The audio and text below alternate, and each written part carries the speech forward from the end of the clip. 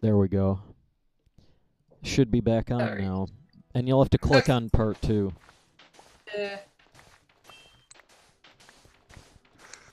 Um, Oh, so Let me a new refresh. stream started? yep.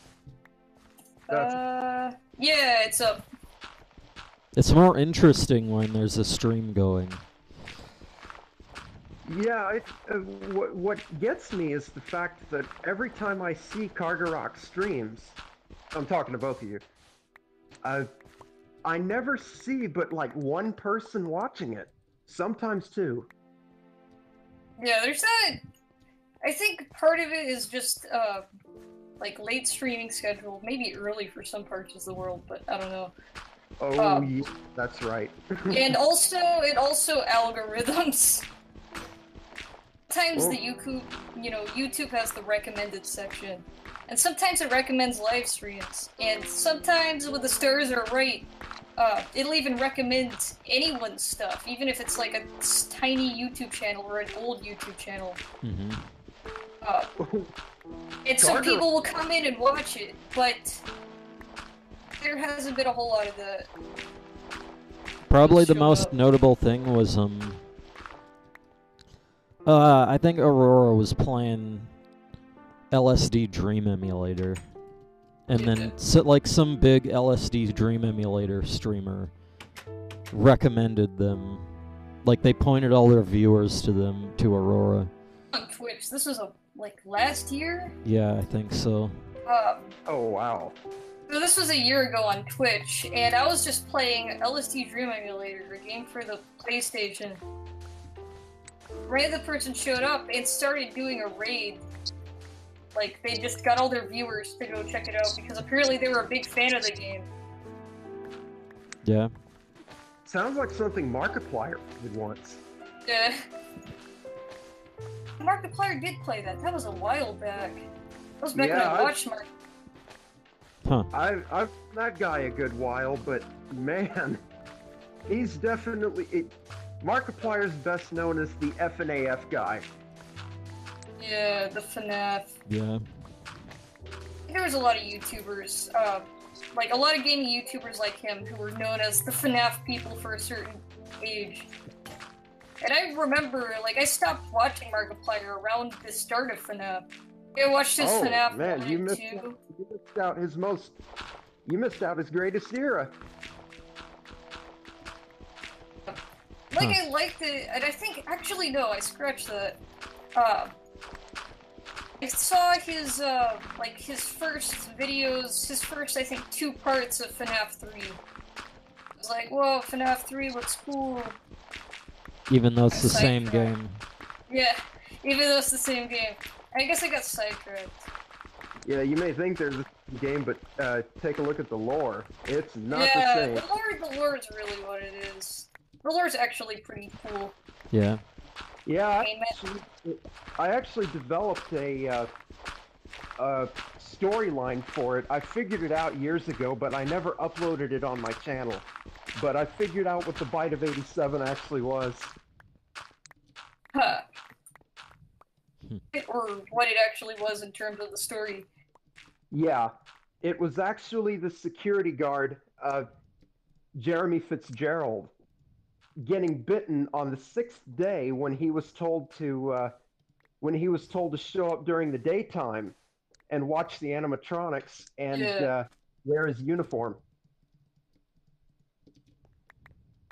That makes sense. Like, I know there was a lot of fan theories after, gosh, I think the 4th game, when it had the cutscene of the kid getting attacked by the animatronic. A lot of people are like, oh, that's the Bite of 87, but then proof came out that it was actually a different date or something. Yeah, it was the Bite of 1983. Yeah. Well, there's so many bites. Faulty animatronics biting people. Yeah, they are not safe at all. But allegedly, though, it wasn't 1983, it was actually 1982, because I was there when I saw Scott's website, and it said in the source code 2097. Yeah, Scott liked to do that back when that thing was like an active yeah, source code. It said 2093, actually.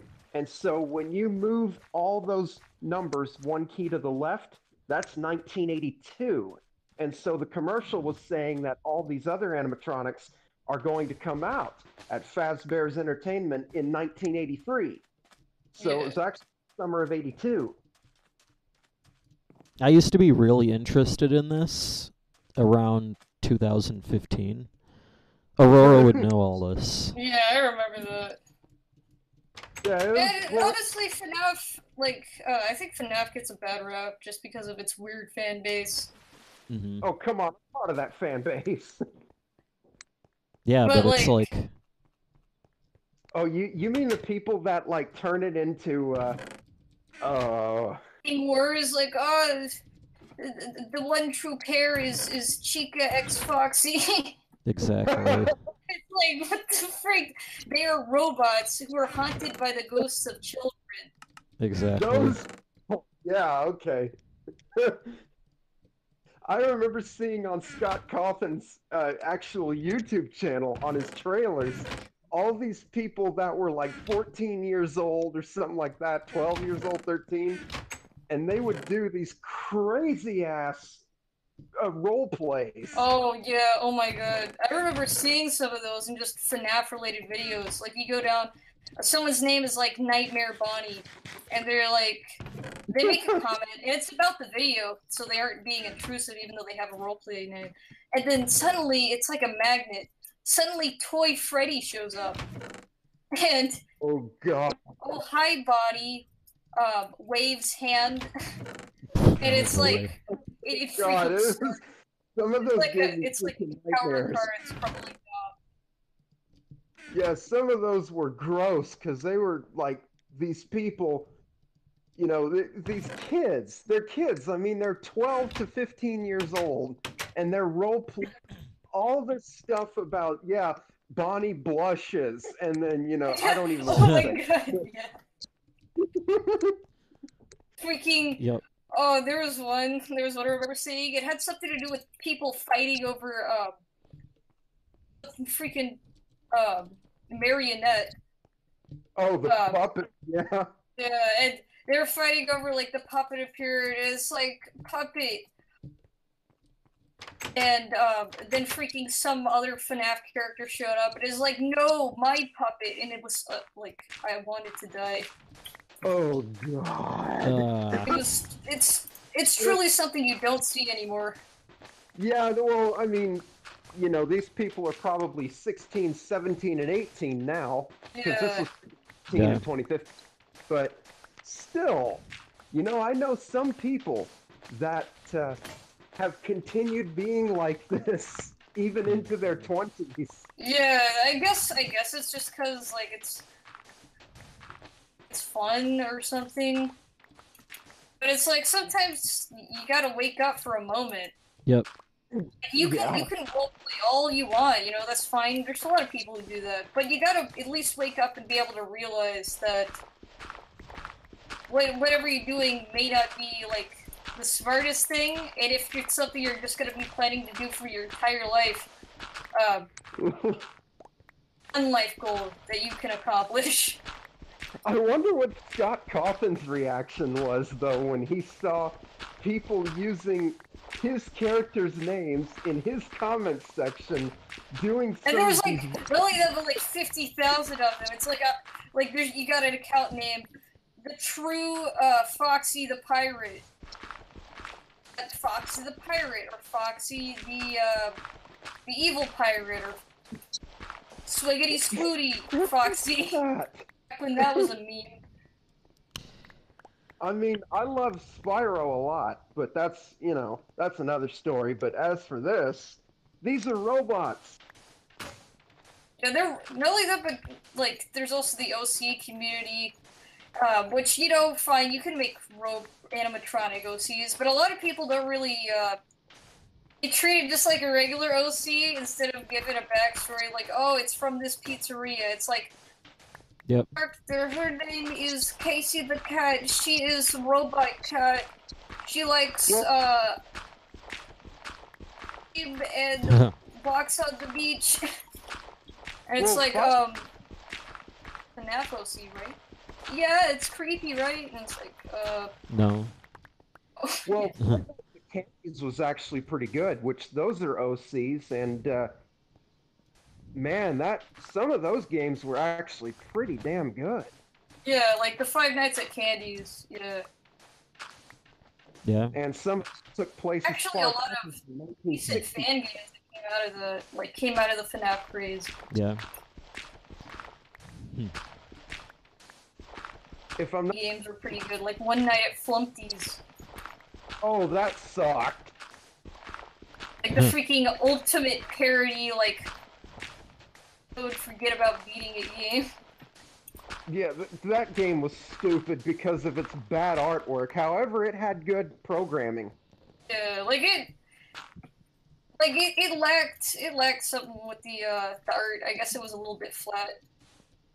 Yeah, it was pretty pathetic. I mean, the actual programming though was very smooth. In It had terms smooth of how the game animation. played, yeah, it had good gameplay for a FNAF clone. Actually, I guess unique gameplay for a FNAF clone. Yeah, for the time, but then Yeah. it's And just like creepypasta, if one does it, everyone else has got to do it, and then it becomes cliche. well, I mean, yeah, there are things that definitely were cliche, but there were others though, a few that stood out. Like for example, Joy of Creation that came out back in July 2017. I remember that. I remember looking on Markiplier's channel once and saw he was playing a game called Joy of Creation. Yeah, it wasn't the... It was the story mode. Yeah. And that was damn good. Damn it, I need to watch that. It was so good. That was it's the 3D best. FNAF. Yeah. Huh. Like, I guess chaser game, a bit like, I don't know, Slender, but I don't want to say Slender because it's not Slender. It's like It's the game's atmosphere. It's really good from what I watched of it. Imagine crossing Five Nights at Freddy's with something like Half-Life. I don't know, but Damn it, know, I was something- thinking about that. it was good. FNAF Life. Oh my. Yeah, that's a good one. Oh man, yeah, I guess you could call it that. And you don't play as Mike Schmidt or as anybody else. Actually, wait. The protagonist, well, the antagonist is Mike Schmidt, but Really? you play as is actually Scott Cawthon. Okay, now that's just getting weird. And well, this person goes to his house and brings Scott's creations with him. Yeah, so basically it's like a meta, like the creator is like, oh, hi, I create game, and then some guy shows up and is like, hey buddy, I got some of your creations right here in the flesh. Well, what it actually was Mike was injured, and he went to their home, and all the Yeah, I was running from the animatronics from the first game. I think he was, but yeah, it was crazy because they let him in the house, and his animatronics, Scott's animatronics, started attacking the children and started attacking Scott's wife, and then in the final 2 or 3 settings, you play as Scott Cawthon himself, and you have to save yourself from these animatronics that knock you out. And then what they ended up doing in the end is Mike Schmidt had this thing called creation or something and killed Scott Cawthon and then actually entered his body. He became Scott Cawthon. But basically, it's a super meta kind of, I guess, science fiction-y take on the FNAF formula, but it's pretty unique. It was unique, and it, oh my god, it was like, I can't believe this is a free fan game. That game's free. It looks really good. Like, as in graphics, the models of the characters are stellar. Yeah, they are. I'm actually too scared to freaking play that. I have it on my computer, but I don't want to play it. Yeah. I hate jump scares so much. That's been something that's haunted me forever.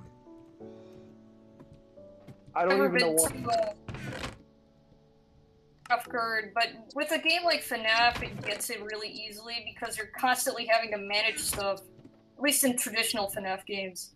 So it's like you're managing stuff, and suddenly, out of freaking nowhere, disappear, and then it actually gets you. Yeah, it's when it's a surprise jump scare. Like if I see that Freddy or somebody like that is at my window or at my door or something, like the later FNAF games, you know, it's like, okay, I'm about to be screwed. But in the first game, it's out of nowhere, especially with Chica, because you don't hear anything, you don't see anything, you just open up your camera, you put it down, it's 4 in the morning, and then suddenly you get screamed at. Yep.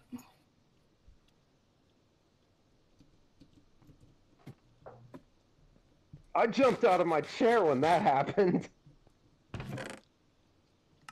Yeah, like, FNAF, it is pretty interesting how it's evolved, though. Like, I think the FNAF game that we're on now is supposed to be a finale, and it's a pizza simulator game, a pizzeria simulator game, or at least it kinda is. Yeah, that came out in December 2017. That's very new, and it's awesome. Huh. Because you can choose the outcome of pretty much. You can choose the outcome pretty much any way you want, and there's six different certificates that you have to get. So what that means is you have to play the game at least 6 different times and do different things for each of those runs. Yeah. So you can get like the certificate of insanity, the certificate of completion, the certificate of mediocrity, and a bunch of other things. Yeah, it's pretty interesting how it plays, because unlike typical FNAF, you're not monitoring. I mean, you are monitoring, but it's different. It's basically Pizzeria Tycoon. Huh. Like you have a pizzeria, and you buy stuff for the pizzeria, and when it starts throwing in the Freddy stuff, it's like, for some reason, animatronics keep turning up outside of properties that are, you know, Freddy's Fazbear Corporation. Don't buy Lefty. Yeah, don't buy Lefty. Which is basically, it looks like a freaking Freddy recolor, but it's actually a pretty killer thing. He'll kill you. What did this even turn into? Basically, FNAF went from a jump scare managing simulator to a pizza simulator where basically, so where the scary part comes in is you gotta deal with these animatronics. You technically don't have to if you don't want to, but you probably want to because you get a lot of money. So you can keep your pizza business up and running. So basically, these things show up at your doorstep. These mangled, crusty animatronics just show up out of nowhere, and you decide whether you should keep it and go over this checklist that is, like, provided by the contract of your pizzeria, since apparently this is a common occurrence. Well, yeah, you can choose to salvage them, or you can choose to toss them back to the alley, but somehow this pizza chain is so negligent that they'll just pull these old decrepit animatronics out of a back alley and then take them in. Freaking cover them in duct tape. It's good as new. Oh man, they have. And it's honestly really interesting. In order to. At this point, I'm just fascinated by the universe. Yeah, like it's. Not only that, but this game is just really weird on how it presents the animatronics. They're really kind of intimidating. Well, there's dozens. Back alley things. And then you gotta do a test. The test is playing noise cues to see if it reacts in any way. And if it reacts in a way, record it. And if it doesn't, you know, don't worry about it. Yeah, the thing, you've got to have a taser, and if you don't tase A it, and taser, because you see, if the animatronics get too reactive, they could also get reactive all over your dead corpse. yeah, they can So- actually mutilate you. Yeah. So it's basically a really high risk, and it's really intimidating. It's like sitting in an interrogation room with a freaking phonic with a piece of paper and weird audio tapes to play, and you just staring at this cold, dead thing. And then you look down at the piece of paper after the audio cue's finished. Then you look back up only to see that it's moved its hand slightly closer to you. Mm-hmm. Which that's You get when you... old, but it's really like good to start out with.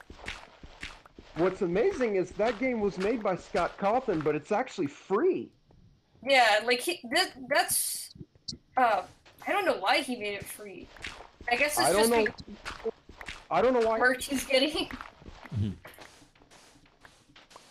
He's like, why do I have to pay for my games when I'm getting tons of money from all this FNAF merch? You know, you guys could have this for free, man. Oh, he said that Scott said that he's not rich by any means. I mean... Yeah, like, yeah, I know he's not, like, a millionaire. Well, you know Dawko? I don't know. Is that a YouTuber? Yeah, Dawko. He sounds familiar. I think that was his name. He said that if he could raise $100,000 on his live stream for charity, then Scott Cawthon said that if Dawko could raise $100,000, then he would match that with another $100,000 of his own money. And when Doc reached $100,000, he got a donation for $99999 and then $1. Wow. Illuminati confer. I'm assuming that's to get around limitations. Yeah, which is actually... I mean, unless they're trying to be funny, which is a possibility, but I think, like, you legit can't donate that much. You have to split it up. Yeah. Scott is known as a bit of a troll. He'll do things like... I still remember, like, what was it? He made, like, a troll FNAF game. It was, like, supposed to be FNAF 3. And it was just an Infinite Runner clone. Yeah. It was the There Is No Pause Button game, but with Freddy Fazbear's head.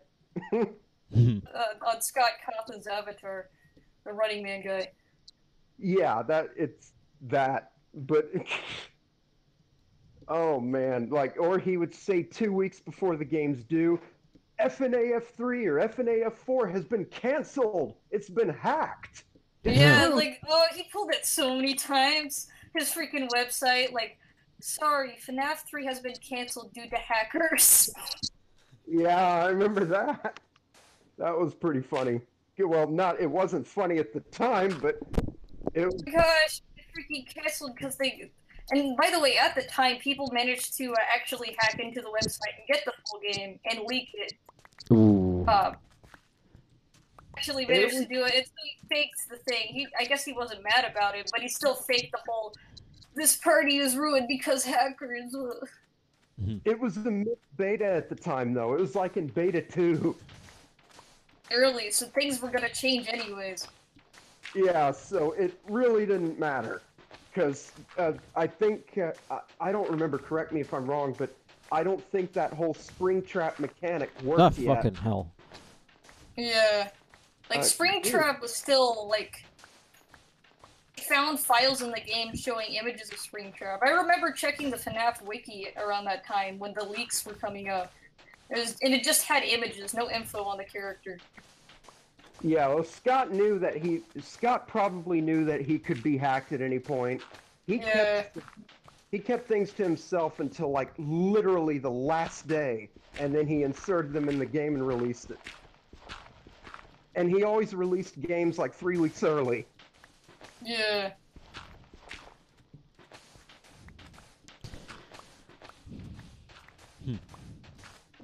It was awesome, though. God, I can't believe it's been 3 years. That's what I'm saying. Not only that, but all those games in 3 years. in a He made 3-year time span.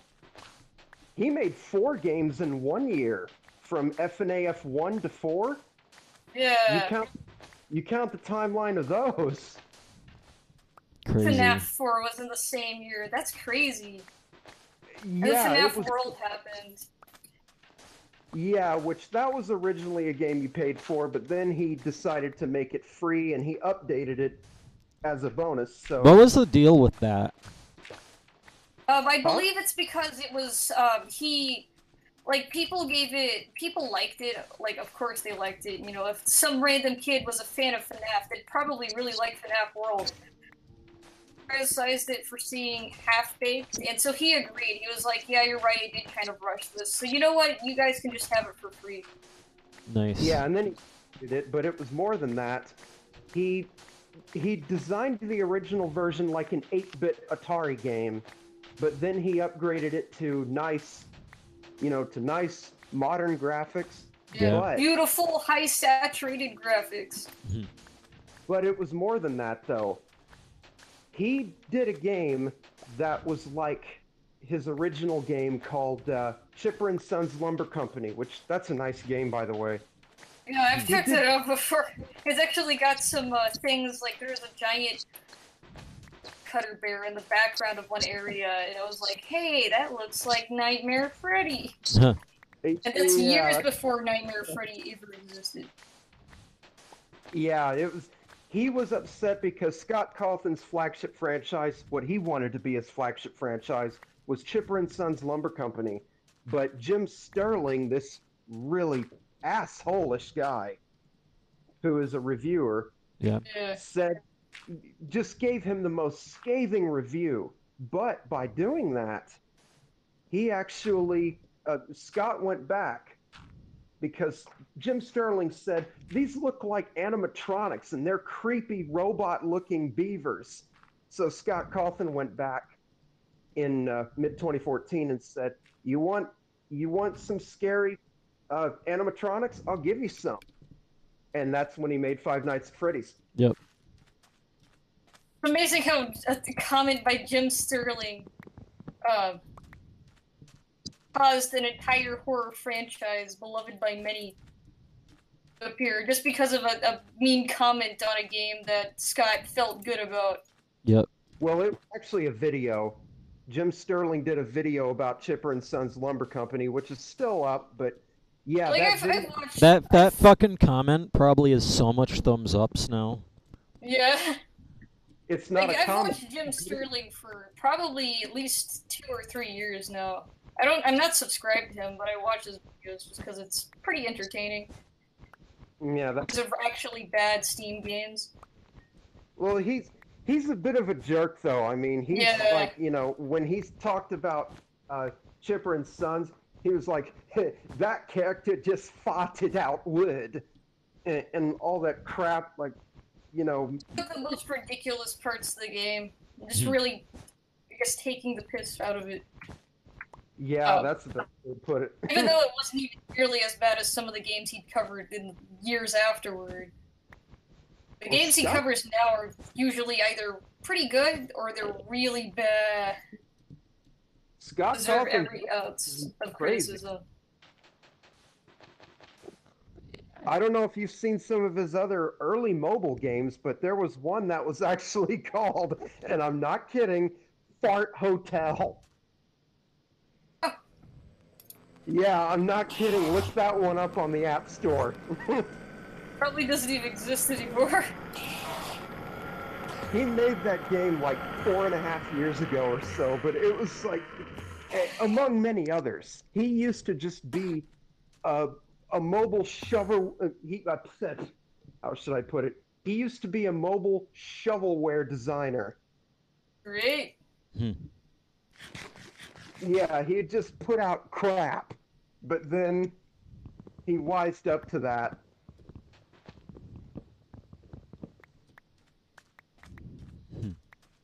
But it's crazy. I don't even know what he was thinking when he designed some of these games.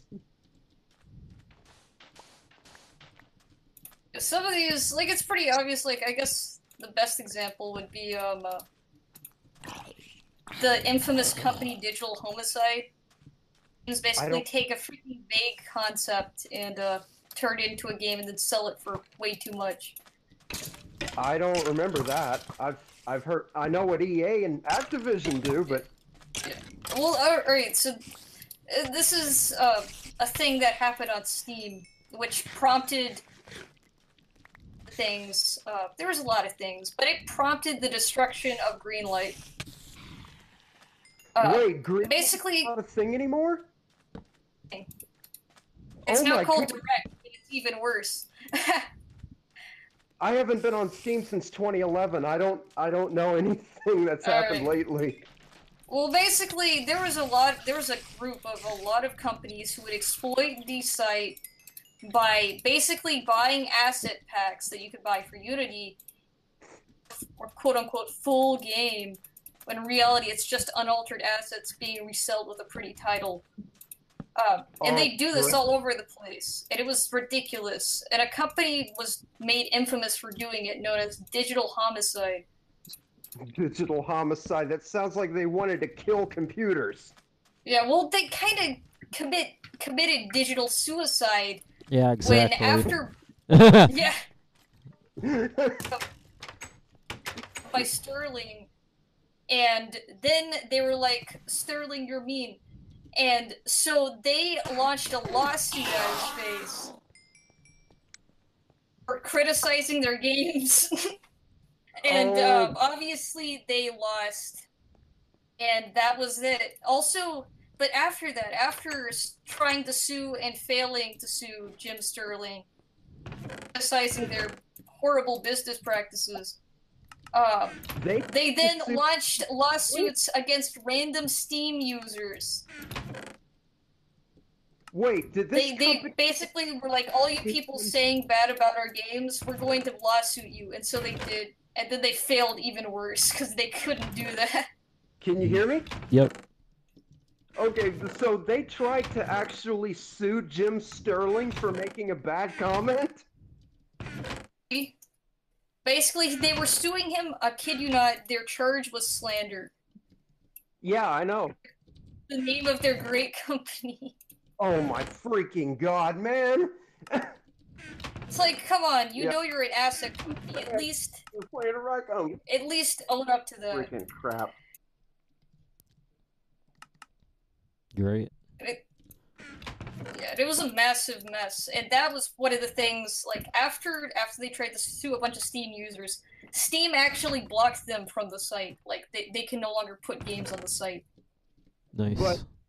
But you said Greenlight's gone, so you can't have a Steam Greenlight anymore? Instead, there's a new system put in place that's similar to Greenlight in terms that you can submit games, but it's called Direct. Direct works like this.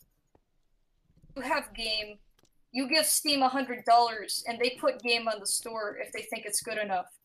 But the thing is that they don't actually have anyone actually vetting these things like they said they would. You have game, whether or not it's a good game, it doesn't matter. You give Steam $100 and they'll put it on the store no matter what. Oh my freaking so that goodness. means they just freaking, fucked, hell, like, damn, that was even worse than I thought. Yeah, it really is bad. So I could make a piece of crap game and just pay Steam $100 and they would put it in their store? Yep. Heck yeah. Hell, I could do that. Anybody could. Well, I can't make a game, but God, I haven't programmed since 1996, but still, that's crazy. Yeah. Didn't you say you worked in QBasic or something? Yeah, I did. In 1996, I programmed QBasic. Yeah. It's awesome that you remembered that. Yeah. I've only been... Well, I mean, aside from Game Maker, like, I didn't really start until 2012. And I started right out with C.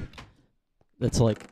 I think I also did Python as well, but that's like the main two languages that I use. Besides Game Maker.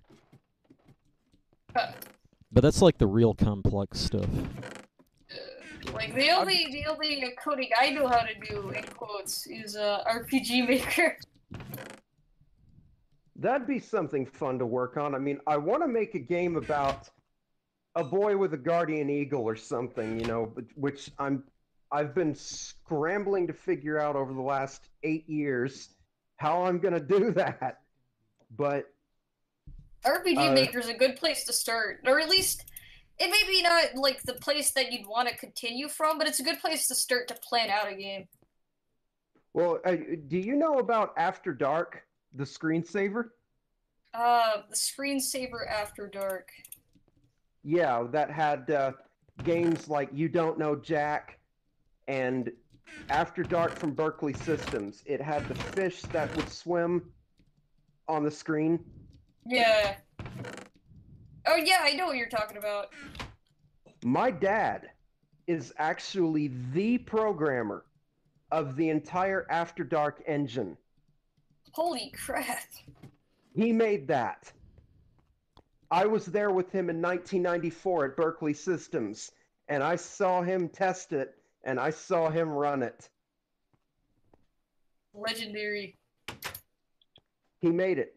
But what was funny is his coworkers would prank him with it, and so what they did was they butchered the After Dark screensaver because there was something called Boris Cat, and what they did to him is while he was out getting lunch, they replaced the cat's meow sound with a sound. Oh my god! And so nice. when Boris the cat would go up to the screen and look at you like it's meowing at you, instead of going meow, it'd go freaking earring. And so it's like the screensaver. That is just... He said that If we could just have a cute cat and it goes up and get blown out when it meows. Yep. Yeah, pretty much. He said that he was on the phone with his insurance adjuster or something like that, and he said that when that came up, because he didn't know his computer was messed with. Yeah. He said he literally fell out of the chair laughing and knocked the phone on the floor.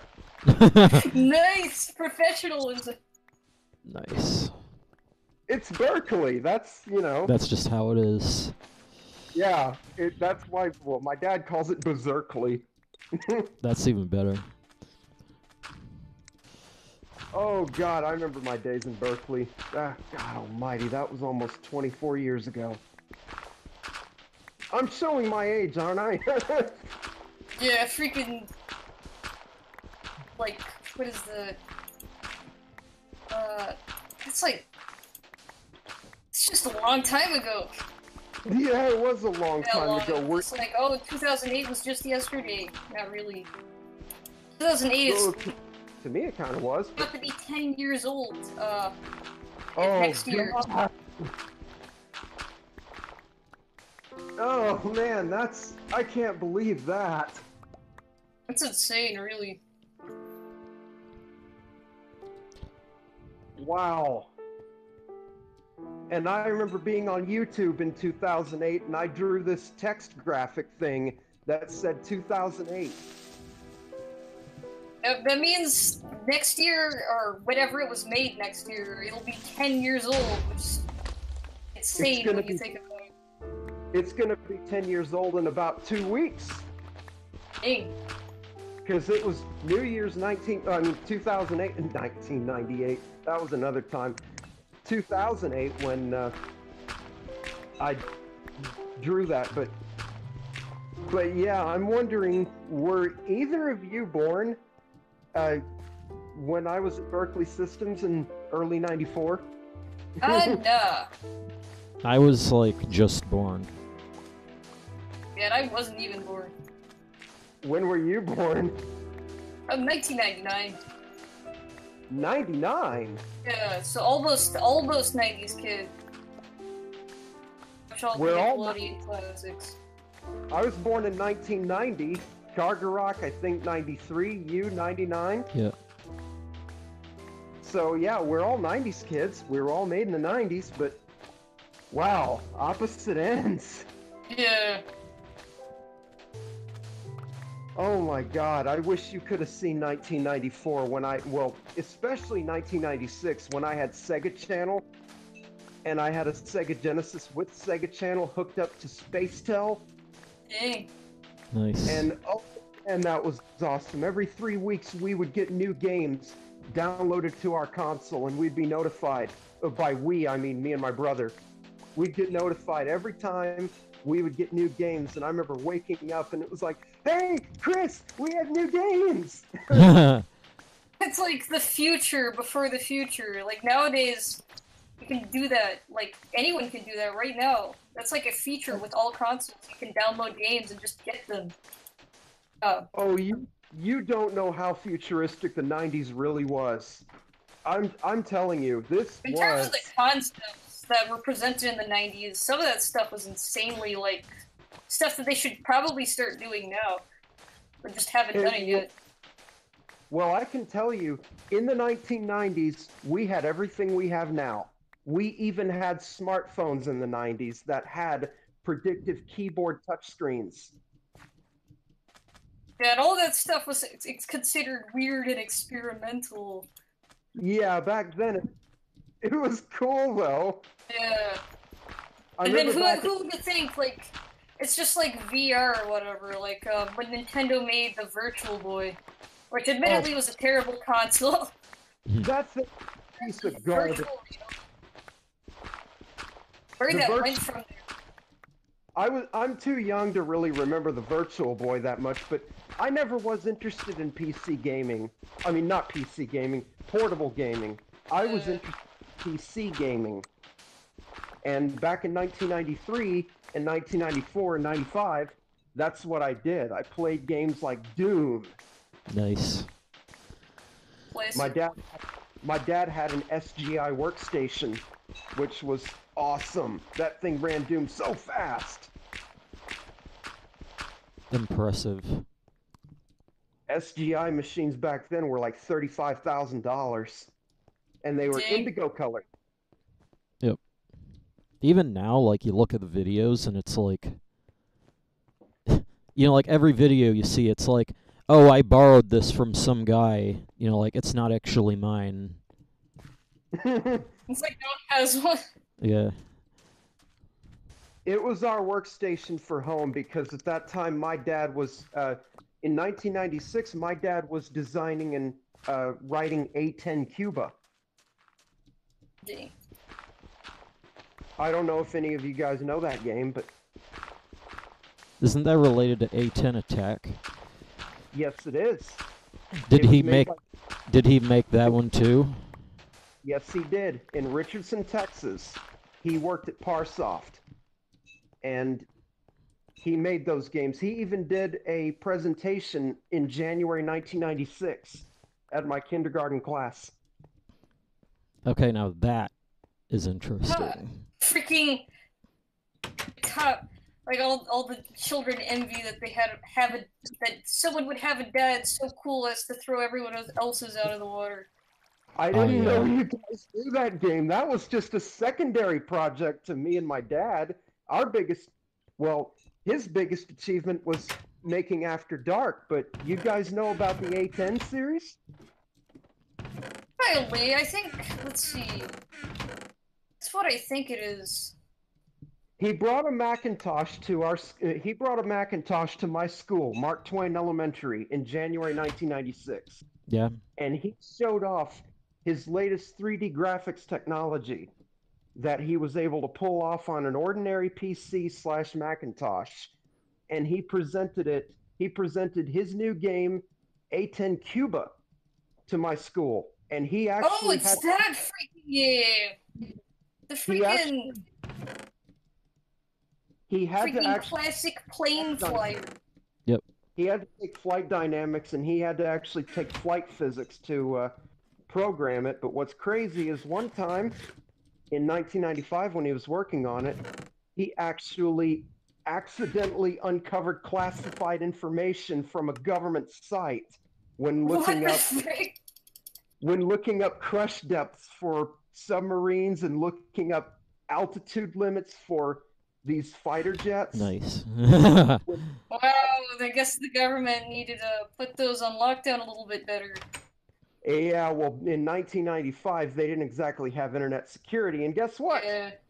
My dad got a visitor. Somebody knocked on the door who was one of the men in black. And they were like, "What did you see?" And he said, "I didn't see anything, sir." And they said, "That's right. You didn't."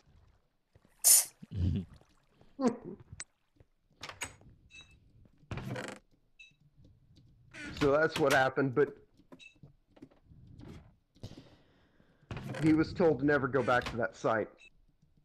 Yeah, figured. I'm assuming they. So, if you guys are familiar with both After Dark and A10 Cuba, then you know exactly who I and my dad are. And A10 Attack. Yeah. The only reason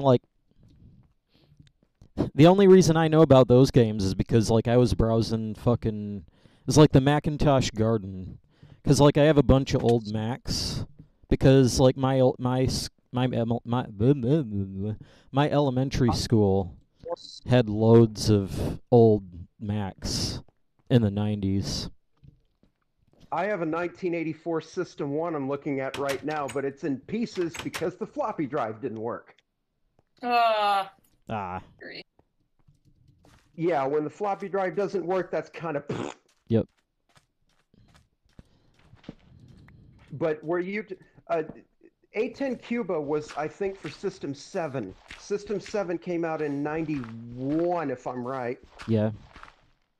Actually, I think it came out in 1990, but it might have been late, but I'm not sure. Well, System 7 but yeah, had a bunch whatever. of... I remember my dad griping about System 7's bugs. Yeah. I was like 2 years old, but I remember him griping about it because he had one, and that thing wasn't even in color. Like, what kind of PC in 1992 wouldn't have color?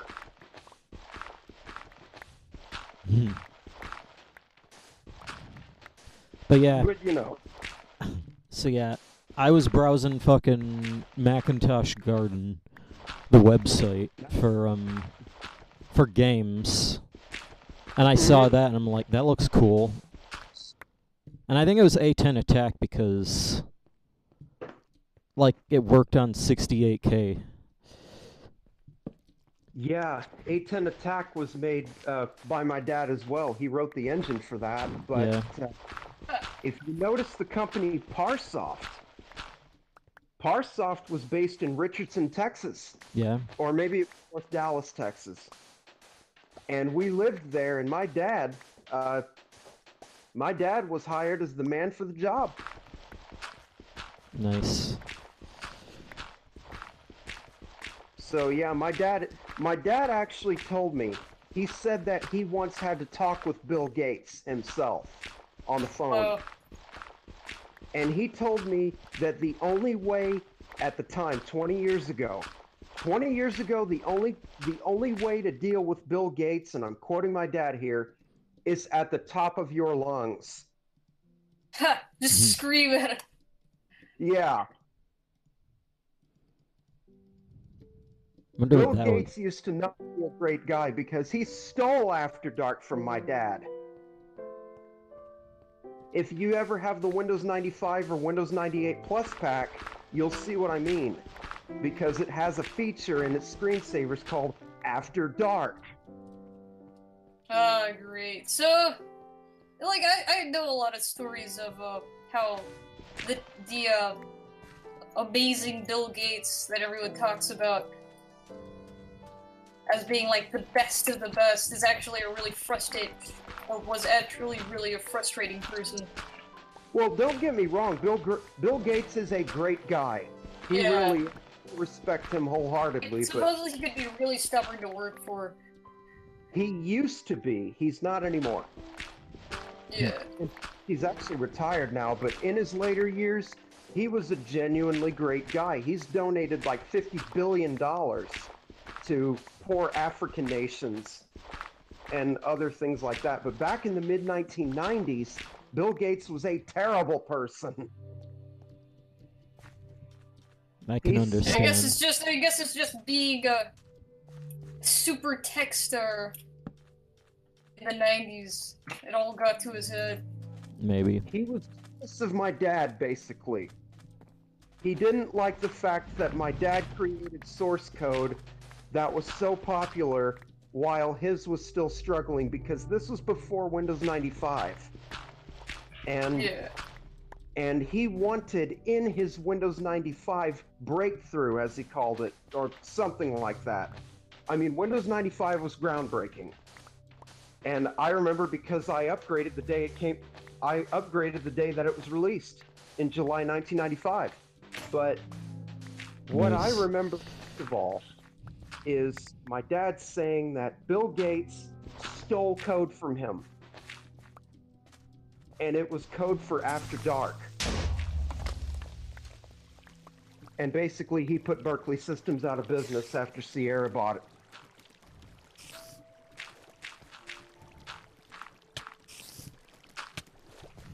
Ah. After he was out of a job, we had to move back to Texas. And that's when my dad worked at Parsoft. Yep. Dang, quite a history. I'm kind of surprised. Oh, you have no idea what we've seen. Oh my god, how did I survive that? You had a half a heart. I'm getting hurt. What even happened here? So yeah, that's who my family is. My family is a lot more unremarkable. I We presume don't- Aurora's is as well. Yeah, very much so. Just the military. That's it. Military? Well, that's great in its own right.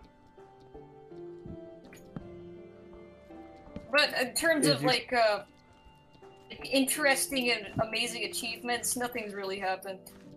Well, who's the one with the military family? Is it Aurora or Kargaroc? Aurora? Okay, it's me. I have the military family. My dad was in the military. Oh, what? Oh, was he in the Vietnam War? He's from. He was in the Afghanistan stuff. Oh, the Gulf War or the Iraq War of 2006? Yeah, the Iraq War. Uh-oh. Fighter had half a heart. Wow. So, well, is he safe today? Yeah, he's fine. That's good. Oh, fucking hell. I have to run. Now he's just doing tech maintenance and stuff. What? Uh-oh. I might have to log off. Why, it's getting too, Crazy. yeah. The crip, blew up the bridge. Oh God, I hope I didn't tear my leather. Oh no. Yeah, I tore it there. Crap.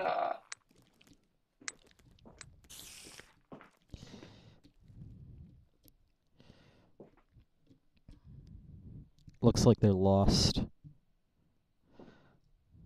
I'm gonna go back down and get some, blocks to replace the or whatever the frick it is.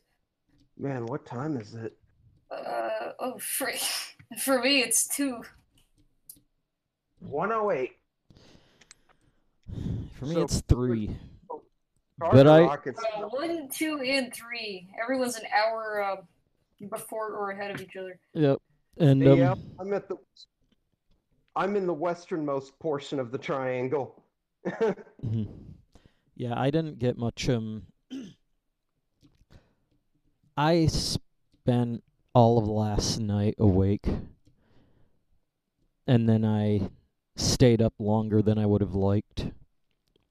Oh man. Just I think I stayed up until like 2 in the afternoon, just setting things up. Dang. See, last night, I think what happened was, I took some, like, Benadryl, not Benadryl, I forget what it's called, but it's like store-bought allergy medicine. Famous for, like, occasionally making you stay up. Like, it just gives, it basically just makes you stay up, like, you can't go to sleep. Are you talking about Singular or something? No, it's not that. It's some other generic brand, but it's just an allergy medication because the allergies are getting really bad over here in Texas. Oh boy. So I took one, taking it at 10 o'clock at night. Great, I was watch just out. doing art. Oh. So it kept you up? Yeah, I was just doing art, and the next thing I know, fuck. And I'm like, oh, okay, alright, so it was 4 o'clock, so I just got off and I laid down 5 o'clock, and then it became 8 o'clock, and, I still hadn't gone to sleep. I couldn't go to sleep. And you just do nothing. Just lay there. Oh, I know what that's like. I've had allergy medicines that gave me the shakes all night. Yeah, that was basically it. Might have been the same allergy medicine. Basically, it was like if you drank too much coffee. Ugh, What that that's is. a horrible feeling. It sucked. Or actually, fortunately, I like made a bunch of sprite art and crap, so I wasn't completely unproductive. But still, like, haven't slept since the night before yesterday. You've been up 48 hours? Yeah. Oh my god, you're like me. Try to keep my schedule in check, but sometimes it goes awry, and massive gaping hole in this tower now. Oh Yeah. man, do you have the same problem I have where for a couple of weeks I'll be up during the day and asleep at night, and then another 2 weeks I'm up during the night and I sleep during the day? I know exactly what that's like, and it sucks. At least for the I've streams. never had that because I don't like, I make it a note to myself not to take naps because there's just too many good things I could waste my time on, rather than sleeping. Good things like video games and art. I get sleepy when the sun comes up. Really slept when the sun comes up, like if it's 7. But if it's like it's 2 o'clock in the day I'm and gonna I'm fix tired, I that don't usually stairway. take a nap because it seems like a waste. That's how I play it, at least. Daytime makes me sleepy. That's why I'm up right now. Yeah, But I still don't try to take naps. Oh, It sounds like you're more responsible than I am. I'm terrible too. It's just fucking. I swear, it's like. It's just the way. You know exactly what it's like. I don't even have to say anything because you already know what it's like. Who, me? Yep. Yeah, I do. I've been this way since 1991.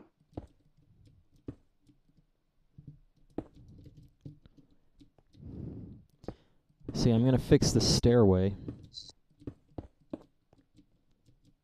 My parents, 2 bricks from it. I kept hospital staff up at night.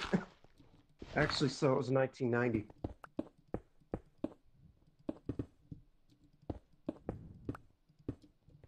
But yeah, I've never been someone who's actually gone to sleep. There's some people who can just freaking lay down and go to sleep on a dime. It's no problem. I wish I was like that. Like freaking, it's almost impossible to understand how someone could just lay down and go to sleep. It seems impossible. Well, I did discover a way for myself to do that, but it's only for myself. The only way I can do that is to just, like, not think about anything. Yeah, you have to, like, clear your mind like that freaking gag in a SpongeBob episode. Mm-hmm. Yeah. Mind of everything but fine dining and breathing. Yeah, oh God, I know that episode, but yeah, I'm not able to do that. I can't clear my mind. What I have to do is, well, basically wear leather head to toe. When I do that and I dress in what I call my night clothes, that's when I can go to sleep. There's some people who have different ways of doing it. Like, usually I'll just lay awake for how long it takes for me to actually get sleepy. Okay, night was proof that it doesn't always work. Like, some people, like, have mantras they repeat.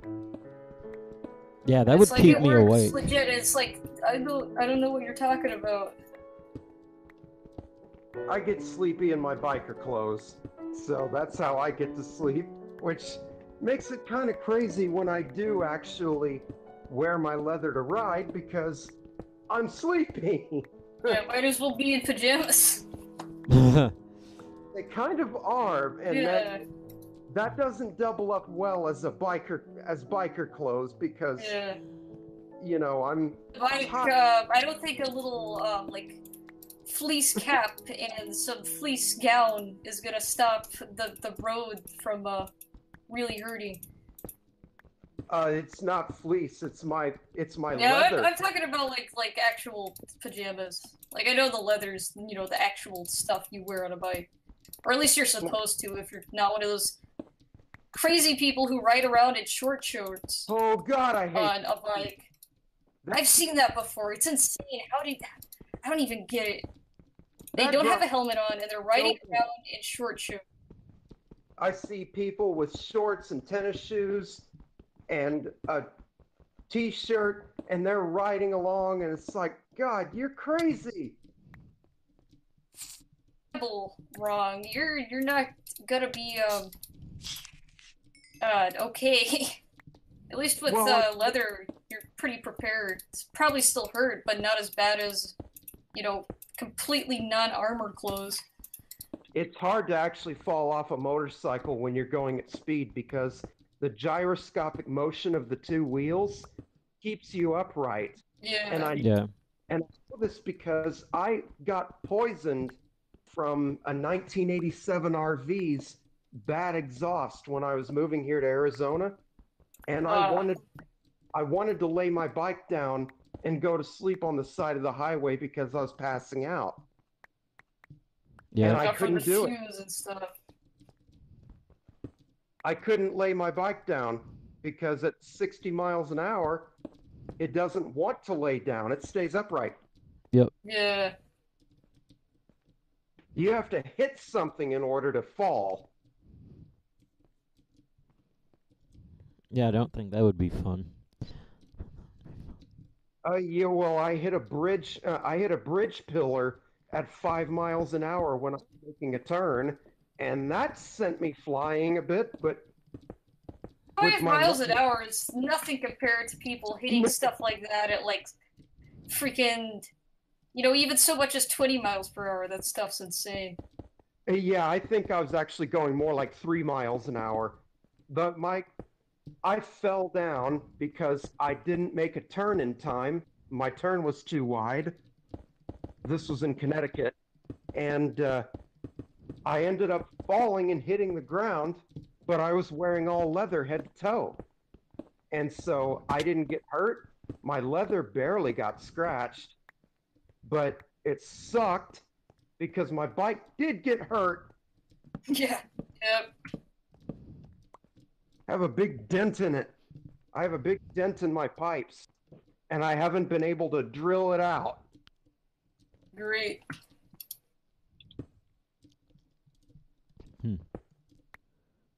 But yeah. Mm-hmm. I've always loved riding, though. I mean, it's been something that my mom remembers. She told me recently that she remembers me in 1994 wanting to ride a motorcycle. Dang. Like, there's some people, it's like people who really like airplanes or want to be a pilot or whatever. That stuff starts really early, and they're like, wow, look at that plane, it's cool. And later on, it's like, wow, I want to fly a plane, it's cool. And then, what do you know, they start flying planes at some point. God, I'd give anything if I could have a red biplane. I love biplanes. You know, like the ones Tails has? Except with... versatile, too. Like, those are the ones, you can land those things on water, on a runway, doesn't matter. I've never heard of landing on water. Yeah, some of those biplanes are, like, they're the ones that are on water. Oh, those must be those sea skis or something. Yeah, that's it. They're a type. Like, they aren't the same thing. But they're a type. I love those old biplanes. I mean, especially the one that, they have motorcycle-style windshields on each seat, and they have, they have this curved windshield, and they have 2 seats, one behind the other. Yeah. Yeah, those are the classic ones. Those are the ones that you see in every cartoon ever. Like, back in the olden days. And they're round. And the only airplane anyone could draw in cartoons. I love those. God, I love those. And I've always wanted one. My dad has hinted about getting me flying lessons in one, but God, I have no idea. They have a top speed of 90 miles an hour. Pretty good.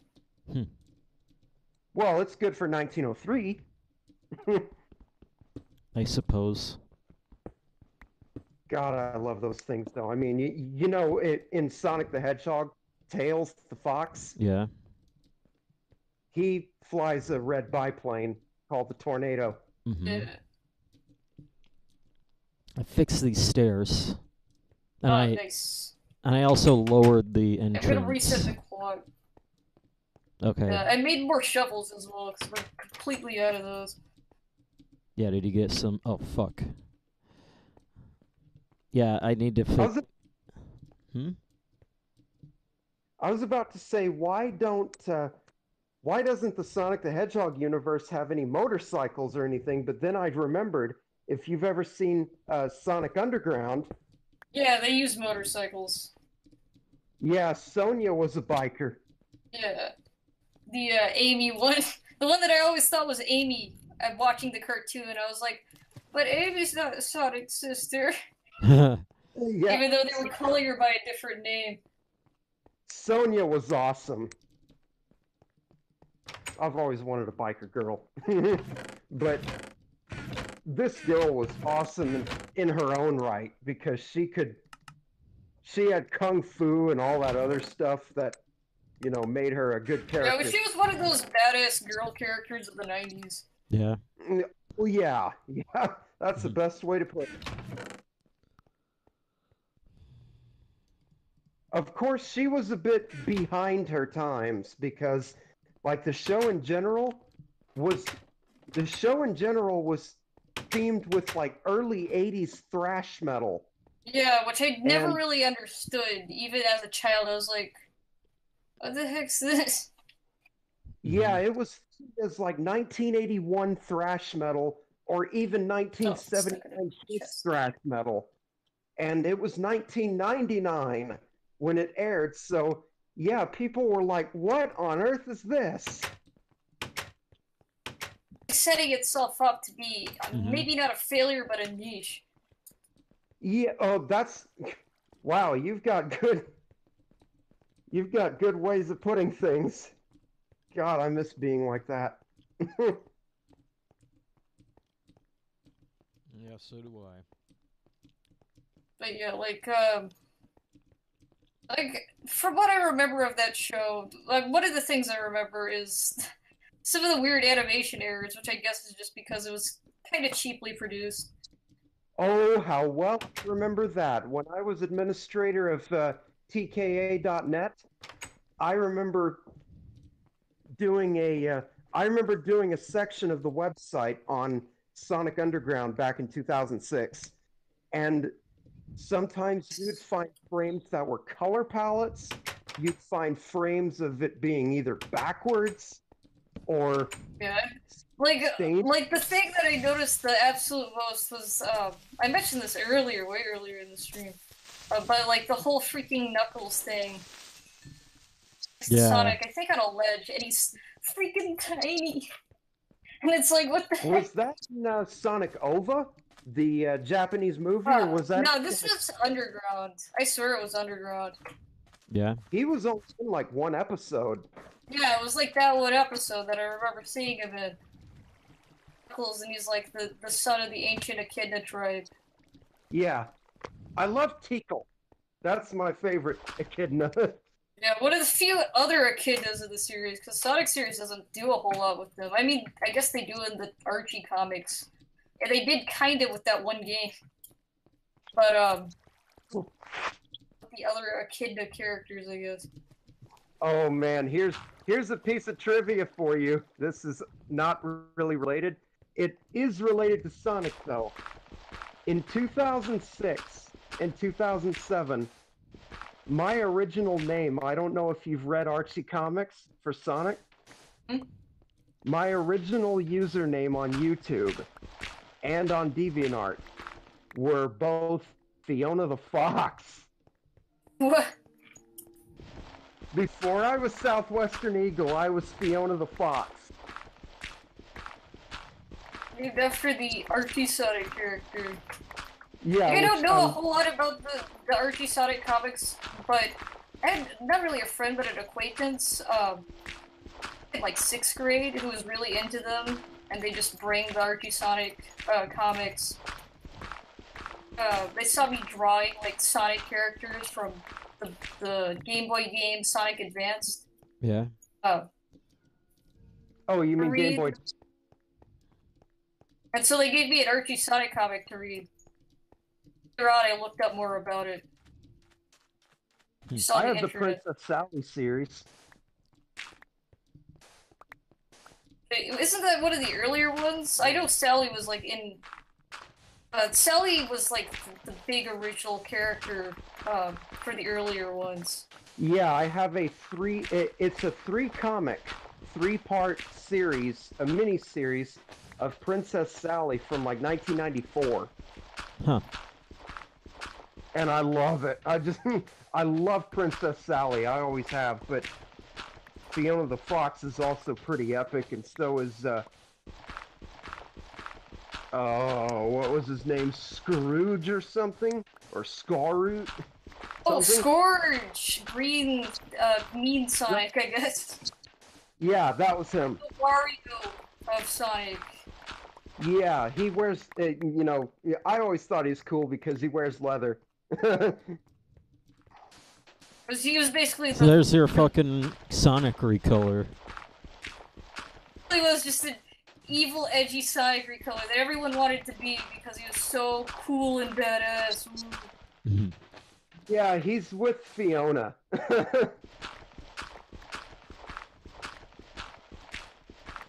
If you read the later comics, he's with Fiona. Actually, so they end up like pairing them with Fiona the Fox. Huh. Yeah, basically it's Sonic and Tails versus Fiona and Scourge, whatever. Yeah, I think it's pronounced Scourge, but after all, I don't actually know. Yeah, I don't know either, but yeah, basically those two, Fiona and Scourge or whatever it is the anti-Sonic and Tails. The only thing that I know about the Archie comics is that, well, I don't, but the only thing that I've, like, I don't really know anything. All I've, like... I used to oversee their distribution. Dang.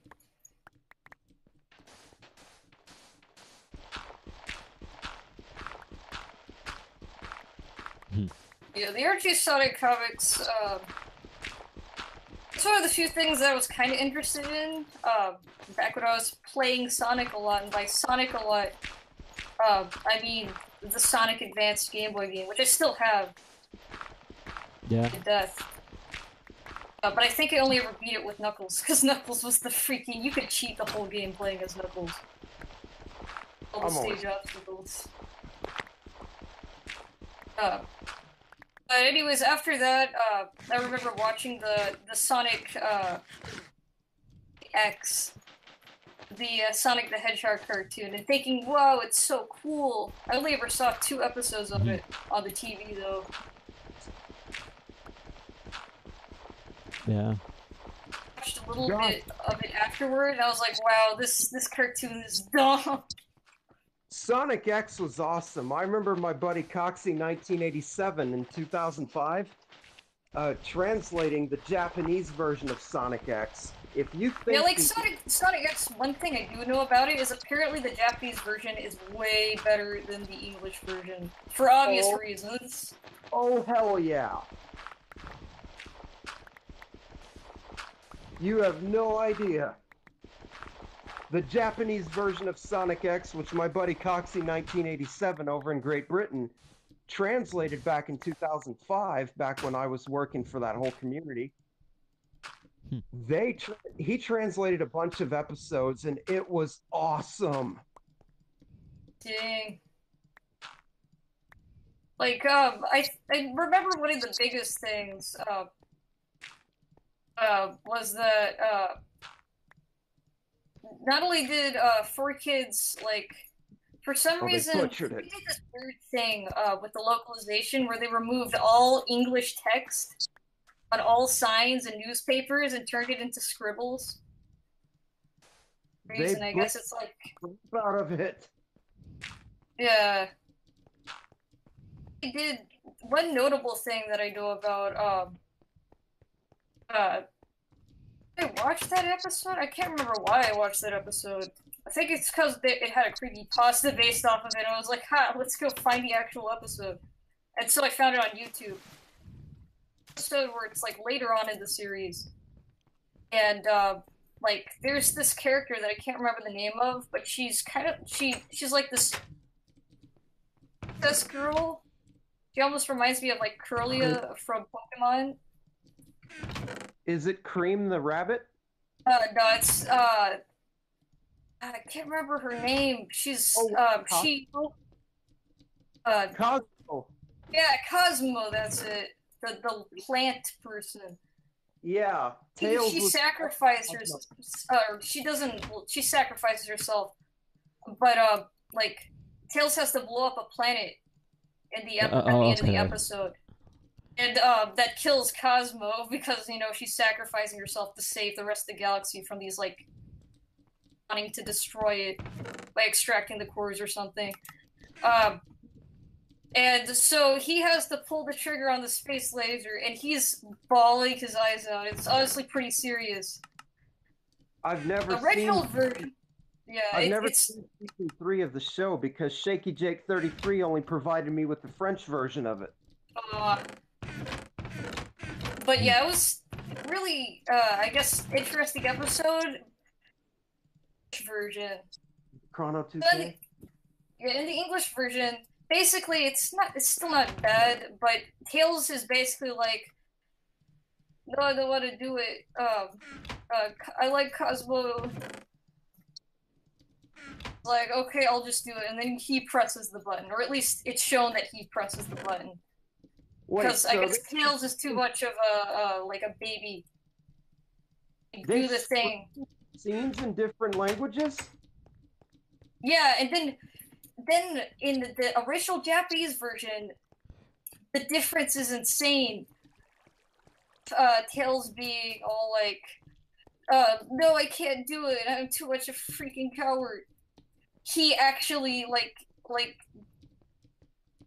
because he knows that, this is what Cosmo wanted. She's doing this to save, like, all the planets.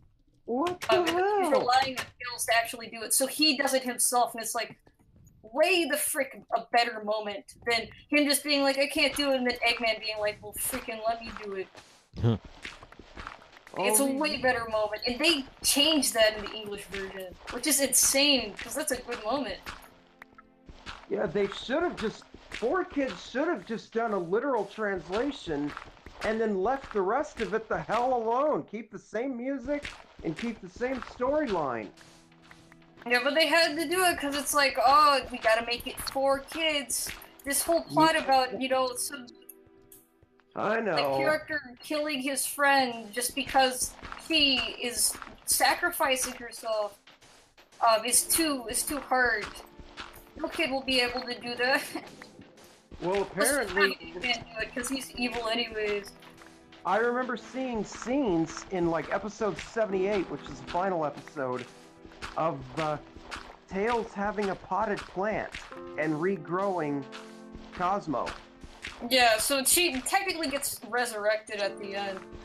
But still, like, for the time at the moment, like, it's, I guess, it shows that Tails isn't just a, like, freaking random loser, oh, I can fix stuff, but otherwise I'm useless character. Like, he actually does something very important.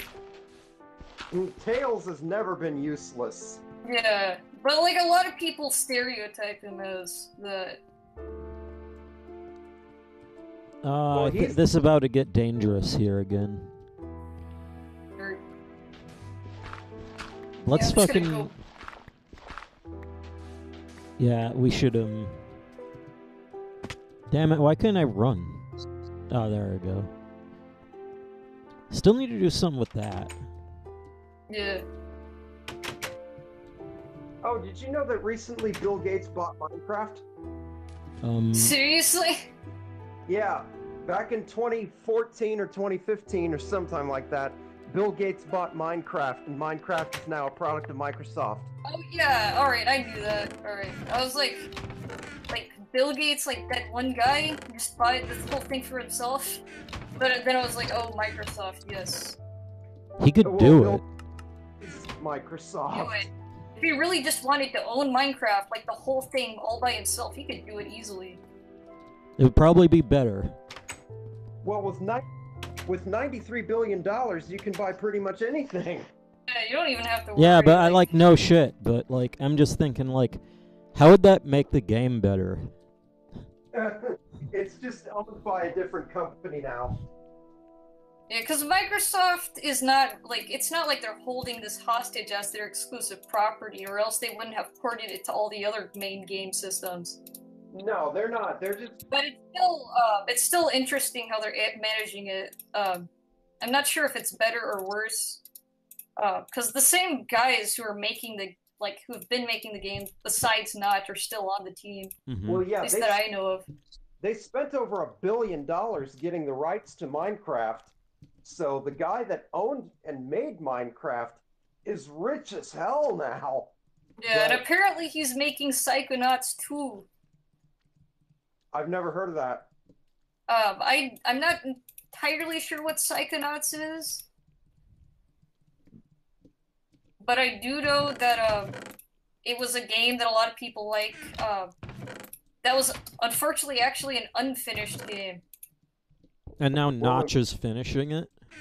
Okay, so Psychonauts, when it came out, it was basically you're a kid with psychic powers, and you go to a summer camp for a bunch of kids with psychic powers, and they all have PSI abilities. It's like freaking weird. Yeah, like, I remember fucking back in, I don't know, I think it was Fun for Freedom or some. Oh, it was a Zeldathon after party stream, and I saw that. F-word. But, This years ago. It was basically, it's about that, and so you're this kid named Rasputin, freaking great name, and you're a psychonaut. You're a special psychic guy because you can go into people's brains and figure out what's wrong with them when they can't figure out the problem. So you just go through people's subconscious and, like, cool idea, and I've always kind of wanted to try it out.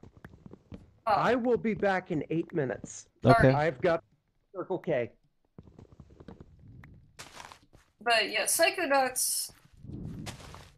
But apparently it had a rush development, so they never fully finished it. or the first game, so they cut it off really abrupt. But they were supposed to have a second game, but it didn't sell very well, so it didn't get a second game. And now Notch of all people is finishing it. Yeah. That's Like, fucking he's... like Yeah. good for him, but like that's the last thing I would have expected. Yeah, like, I didn't expect that either, but apparently he was a big fan of the game for a long time. And with all that money he got, like, what else are you gonna freaking do other than make, like, whatever favorite game that you want to have a sequel Yep. through, or at least try to.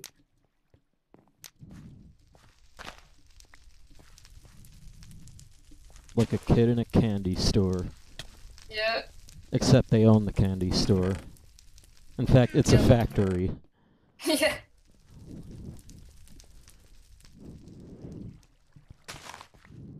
And I'm gonna have to condense it.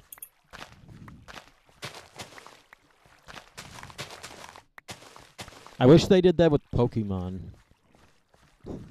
What, condense Pokemon? Or, Like, make it better. like, actually have someone come in and, Yeah, like someone who knew their shit. yeah, because, alright, so here's the problem with Pokemon. It's not letting ideas stick. It's going to different ideas all the time. Like, you know, wasn't that important or something? Now it's, Z moves? What? Like, Oh, always... the fucking gimmick.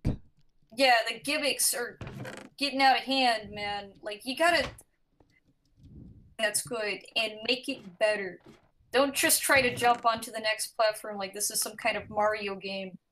Mario works because, you know, it's Mario. It's a little power-up, usually, like a cat power-up, a penguin power-up, Mm-hmm. and others, but they're all pretty okay because the core of Mario is good. But, like, Pokemon's core relies too heavily on the gimmicks to really be able to just jump to gimmick so frivolously without developing on any of them. We should Brings sleep. damage it.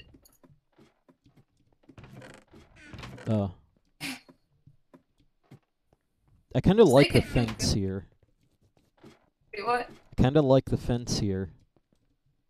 Yeah. I could make it a little bit bigger, but I guess it keeps the atmosphere. oh, we finally have enough for one TNT. Nice.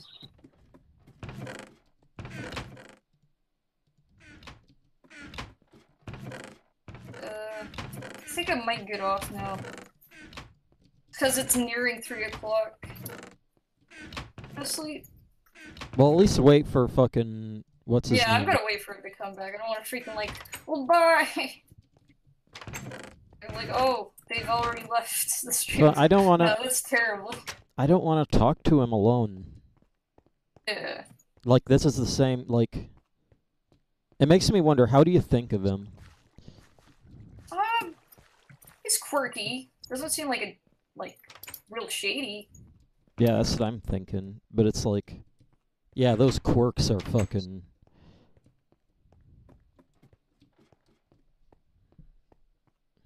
Thing. Definitely a main trait. Mm-hmm.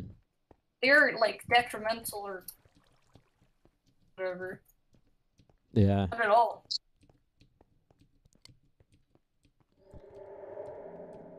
I'm gonna die of hunger.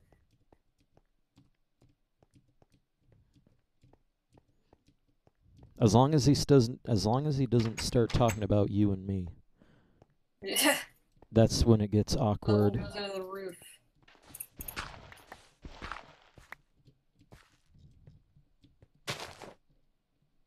Four torches.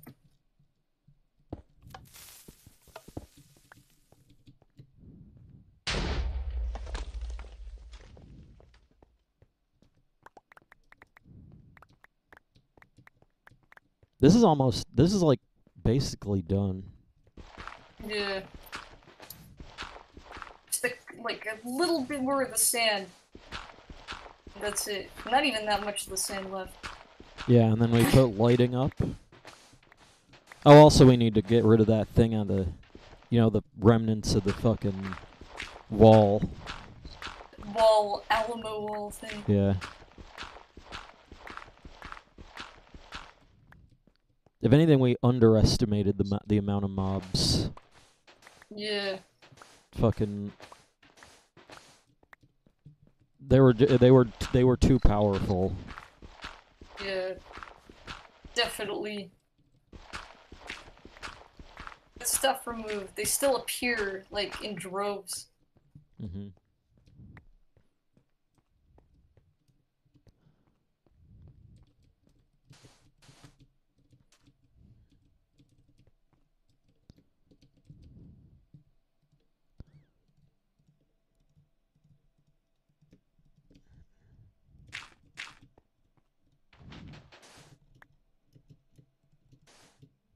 Cool.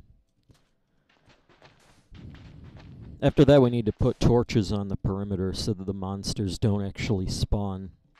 Yeah, since that's where they'll be spawning anyways. That's where they all spawn now. Yeah. Just like a wave moving to the center. It's like, even then they're too powerful. Oh, we need to... There's one more tree that we didn't get rid of. Need to get rid of it. Spawner in it. No, but it still needs to get rid of to keep skeletons from spawning on top of it. Yeah, exactly.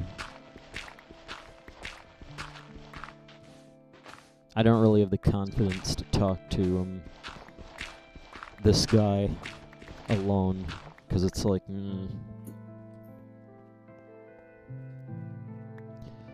But other than that, it's actually been pretty interesting. Yeah. Actually, pretty interesting conversation. I haven't really talked about Sonic the Hedgehog stuff in forever. Almost sounds like a furry, to be honest. Yeah. Bad thing, but yeah, like, cool, but I'm no freaking like, oh boy, there's nothing, more handsome than freaking alligator that sounds like the Cookie Monster. In a nutshell. Yeah. Wow. It never happened. This is going. Hmm? Yeah, it's still going. Yeah. I'm about to get off though, because it's not quite 3 o'clock, but I want to get out of here before 3 o'clock, because I need to try and get some sleep. It's 37 degrees outside here in Phoenix. Peace. That's cold. Like, at least, 60 or something outside right now. It's not even close to cold, really. How in the world is it colder? How in the world is it warmer there than it is here? Yeah.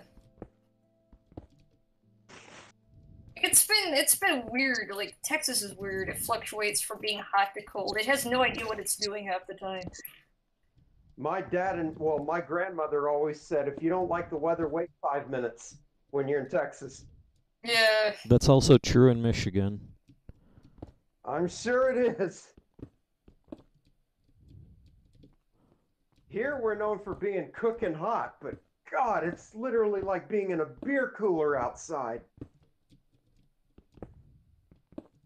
Like, not only that, but like wooden areas, you know, that kind Aurora? of lend itself to that sort of thing. There's whereas, some dropped blocks over here.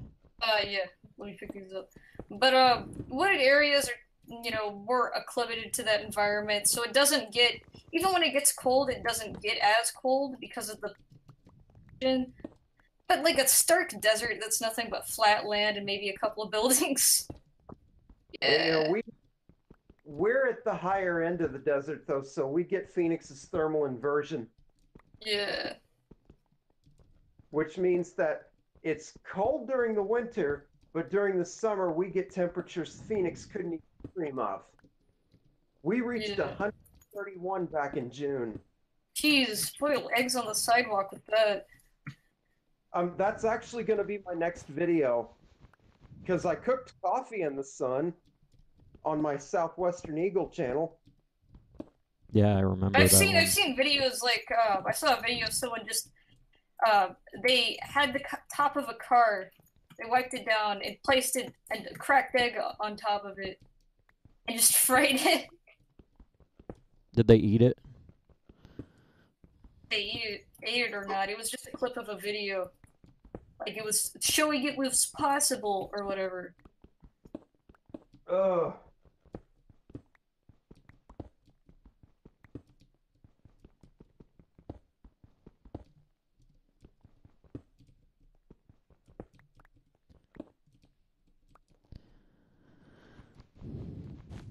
Not so well. Oh, there's still some blocks under. Are there blocks under here? A couple. Maybe that one. Yeah. There any more? That aren't just half slabs? Yeah, there's some whole blocks. But there's none on the bottom. Yeah. Cool. It's almost done. Like, if you can look at, like, if it would be, like, looks interesting up here. I can't believe we actually did this shit. Same, yeah. Don't have to worry about mobs here anymore, though, which is great. Fucking build a fucking... We could do something better with Fortress this. Island. Yeah, it's not even an island anymore. It's a fucking hull. That's pretty funny. That's it. Actually, there's some up there.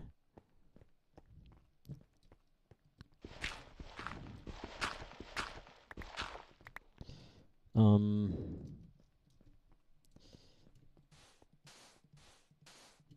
man. Alright, I'm gonna go put this stuff in the chest. Not doing so good.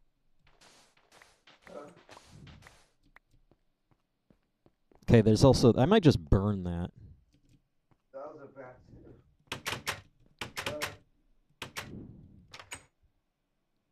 Yeah, just burn the tree down. It's not like it's gonna affect much. It's isolated, it's not gonna spread. I can't. I mean, you can make wool by getting string. Yeah. Cool, so we don't have to worry about it.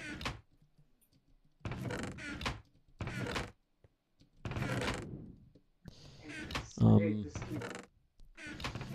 now I need to convert these to...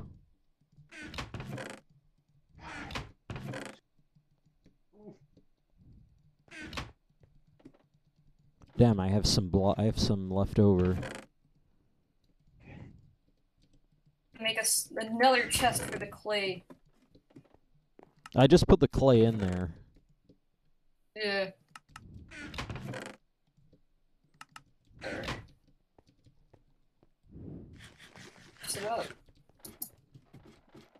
Guess I can go put some fucking... Sorry about that. Yeah. Can you hear me? Yep. Yeah. Okay, sorry about that. I got kind of sick. Yeah.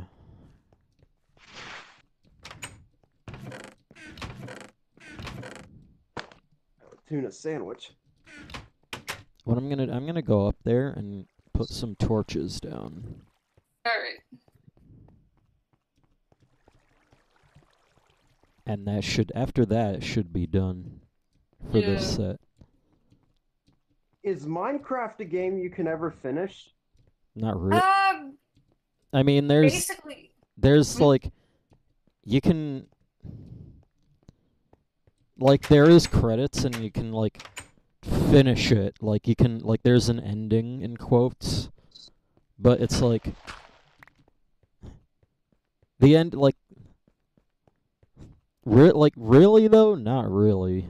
Yeah. Like, you finish the game, then you teleport back to your house that you were and now you can just continue on from there. Exactly. So you could finish it in terms of like you can find a goal and complete said goal, but after that goal's done, you're on to the goal of.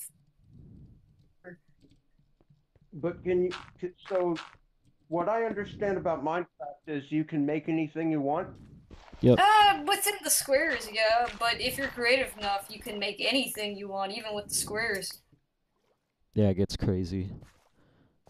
Also, you And can. it gets even more crazier with mods, because things like blocks that don't even exist in Minecraft can be added to Minecraft just with mods.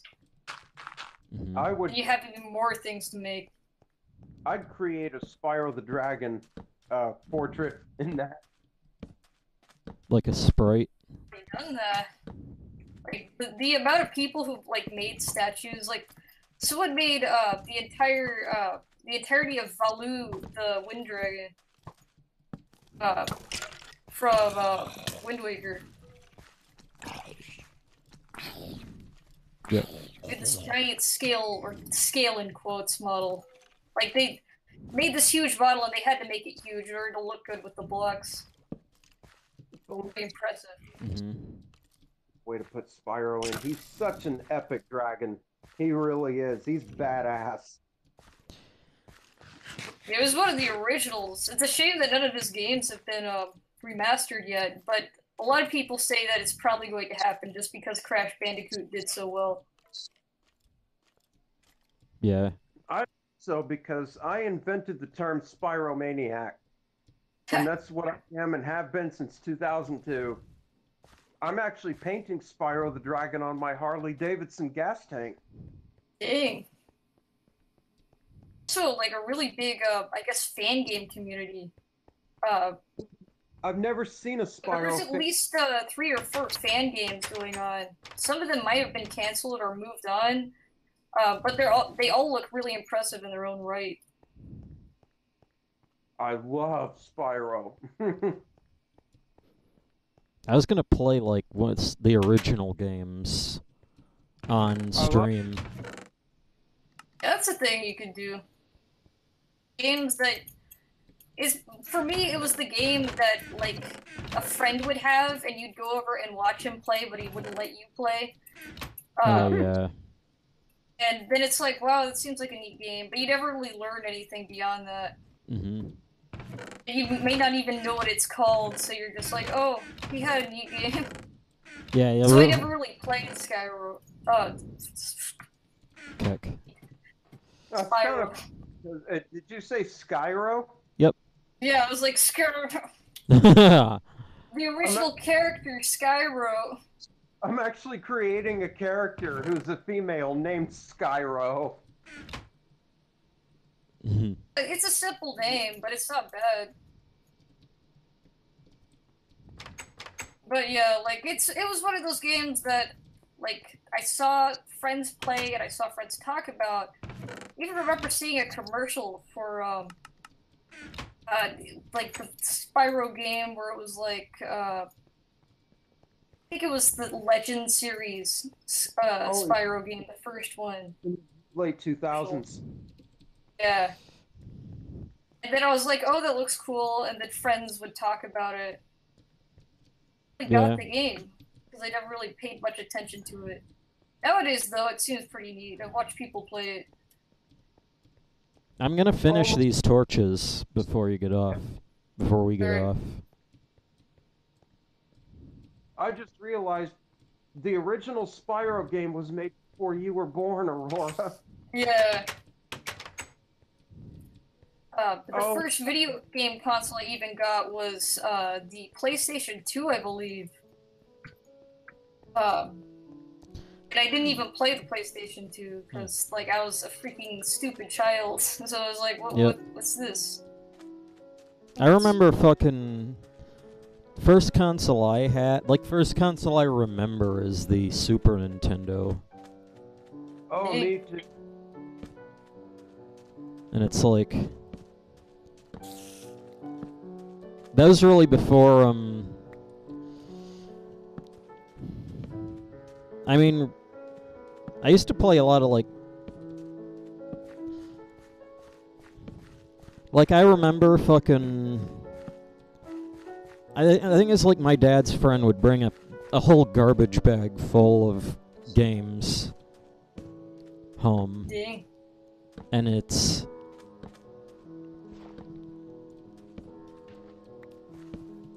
Yeah, and it's like, you just play for days. My dad used to have a beta version of an Atari 5200. He had cartridges that weren't released either. They were given to him by a friend that programmed them. Yeah. And they were unreleased games that had no cartridge case. They were just a circuit board. Hmm. Dang, that's crazy. Yeah.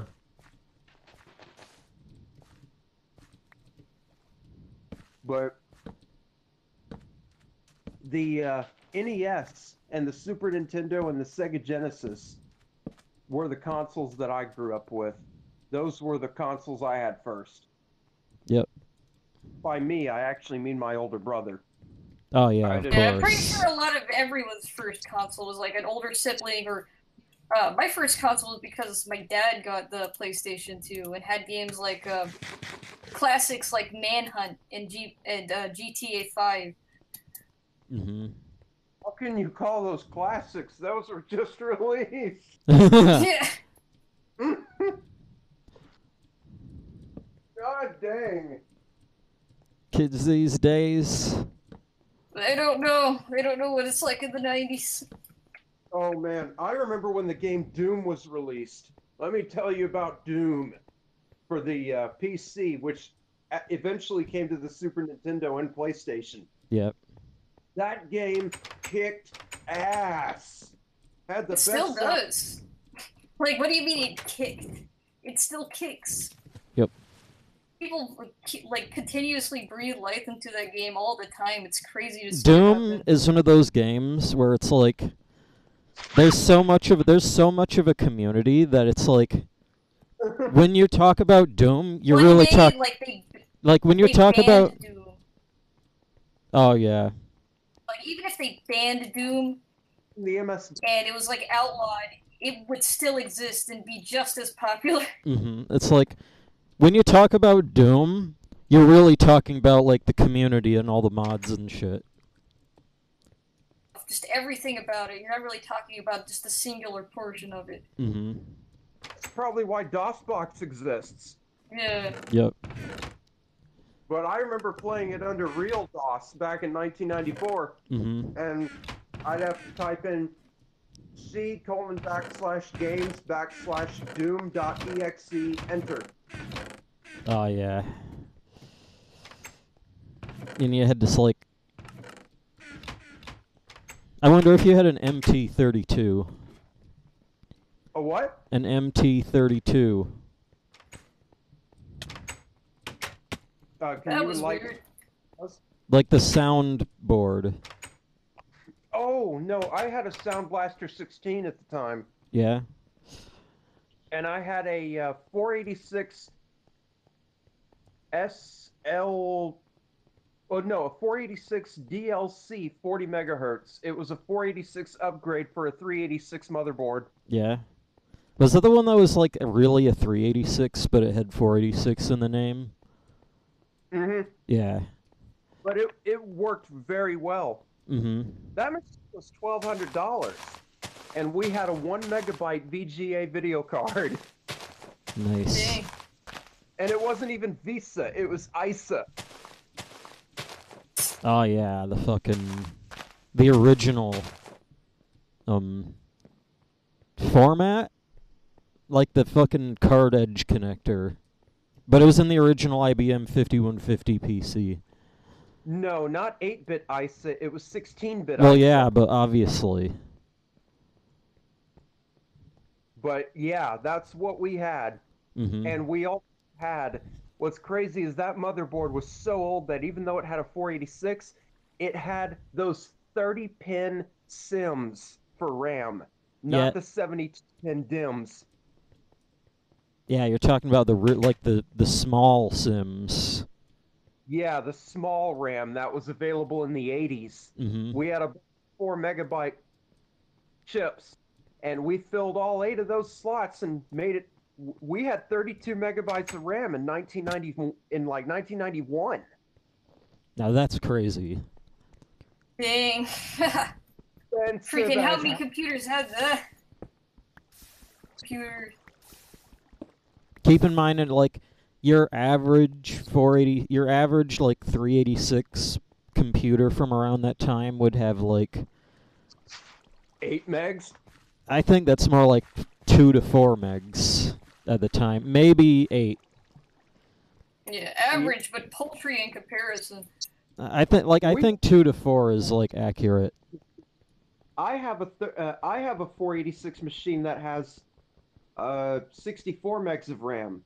Yeah. And what's crazy is I tried to put in 128.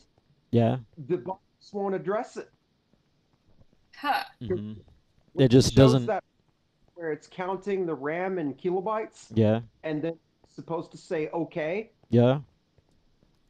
It won't do it. If I have 128 in there, 64 is its max, so I can only put in 2 sticks. Yeah. How much slots does it have? 4. And These if you are the 7 yeah. DIMMs. Mm-hmm. And I can put in 2. But what's crazy though is that we had 32 megabytes of RAM in 1991.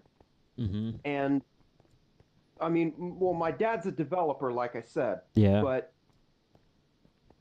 we were using DOS. He used Windows 3.1. I eventually did as well. Yeah. But he wrote files for me so that instead of having to type in the full path name for Doom and Cosmo and Halloween Harry and Commander Keen and all these other games. Yeah, you just... I guess you could just... Huh? Like, was it a menu, or did you just type in the name? I just typed in the name, no matter what directory I was in. Yeah. Dang, that makes it so easy. Mm-hmm. Oh, it's easy. All I had to do was turn on the computer and type Keen, and I'd play Commander Keen. Yep. Computer type Mm-hmm. The early 90s were awesome. It was actually easier than Windows at that time. Yeah. I could just type in what game I wanted to play right at the boot up screen, and it just looked. Yeah, whereas most of the things, the standard was, you know, you got to go through the directory, type this in, and if you can't find it because you forgot what it said, then tough luck. Well, I mean, there was a command called, I think it's like dir, that would just show you what's in it. Yeah. But, so you'd never, like, not be able to remember because you'd always be able to figure out what it was. You could always look it up. Yeah, but it's like, it's not, like, that's, like, more time looking it up than you could be by a single name. It didn't matter what directory we were in either. You could just type Doom anywhere, and it'd play. Wonder how they did that one. My dad did it. He wrote a batch file that was recursive in all folders, I believe. I don't remember the terminology, but it functioned in all folders. However, there was one time that I did something in 1994 that got me a huge-ass spanking. Oh, boy. Oh, great. Yeah. He had reinstalled DOS on his machine in 1994. Yeah. And he installed the brand new DOS 6.0 or something. Ooh. And music wasn't there. I used to love going into the program called Music, which was this little DOS program that had this dinky little keyboard, and each key that you type would make a different sound, and it was just kind of silly. I didn't compose any music. Yeah, you're just messing around. Yeah, it's one of those things you just screw around with. I was 4 years old. Yeah. But it wasn't installed. I typed music, it wasn't there. And so I went to his box of 5 1/4-inch floppy disks, the big ones. Yep. And I found one called Music and was like, oh, awesome, here it is. and I tried to put it in the drive. I didn't close the drive though, because I didn't know that was how they worked. Yeah. And I trying to type music. I was like, why isn't this working? And I was banging on the keyboard and the computer. And then my dad saw me in there messing with his floppies and messing with the computer. And he was like, Brandon, what are you doing? And yeah, that did not end well. Yeah. Mm-hmm. I figure not. Well, we're gonna have to get off. Yeah. It's getting pretty late. Yeah. We pretty much finished the upstairs portion. Mm-hmm. It's 2:10 a.m. Yeah, 3:09. Yeah. Pretty late. I'm here. It was a pretty good stream. Yeah. Yeah, it was awesome. My first YouTube stream. Yep. Yeah, maybe we'll play fucking... next time? I'm not sure. It'll probably... I might stream, I've been streaming Earthbound, in Pokemon Green version as of late. Yeah. Aurora, what are you doing on Christmas? I could stream on Christmas, but I could see about it. Yeah. The I don't- Christmas stream would be neat.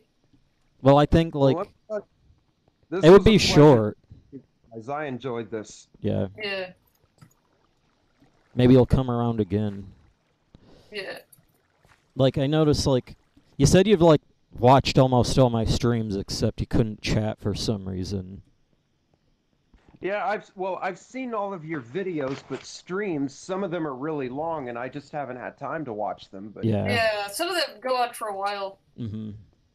I've been in the chat rooms though, and wouldn't get a response or something. I mean, I guess it didn't work right or something, but Yeah. Sometimes YouTube does when it comes to chatting on things, sometimes it doesn't actually issue the response. So you can type stuff in, it seems like you entered it. Are you talking about the Show up. YouTube comments? yeah, when I would enter in on the live chat on YouTube, I'd say, Oh, the hey, live chat. Mr. Eagle, I'm Yeah. here. And then And you, it just never happened on my side. Yeah. these Like, freaking Aurora would have noticed as well if it happened. Yeah, like I'm the freaking chat watcher. Like a hawk over at the site. Or at least they usually do, unless it's something engaging like Minecraft can occasionally make me forget my job of watching the chat. Yeah. Well, I catch anything that appears there, and if it's something I missed, I usually notify it, like, oh snap, 3 hours ago this person said this, or Yeah. whatever. So, Usually see any of your like chat messages show up.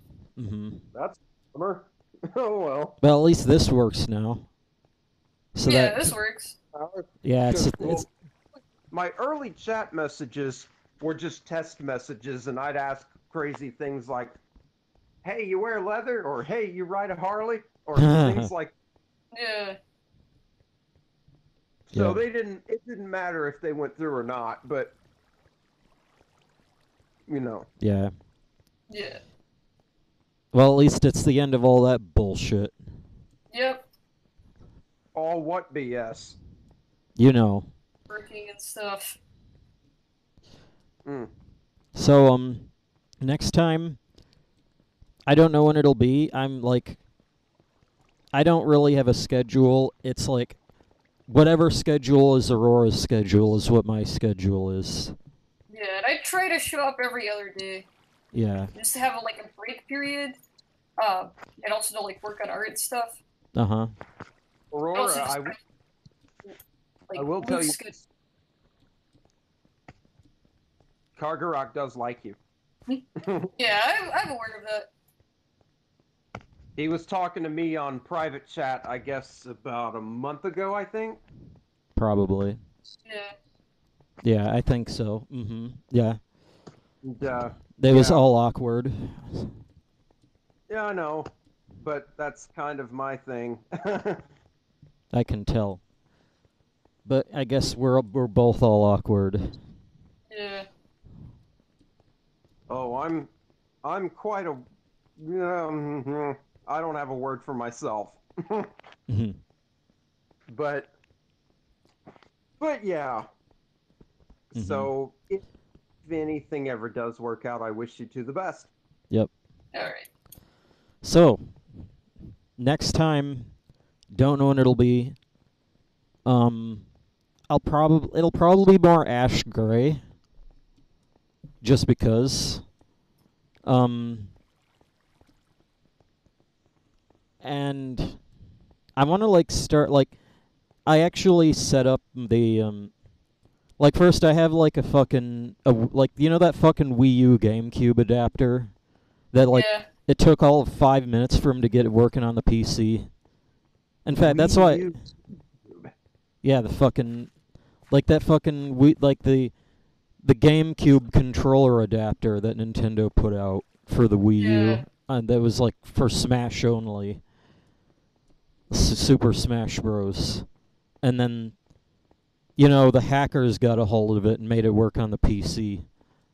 Oh Lord. Yep.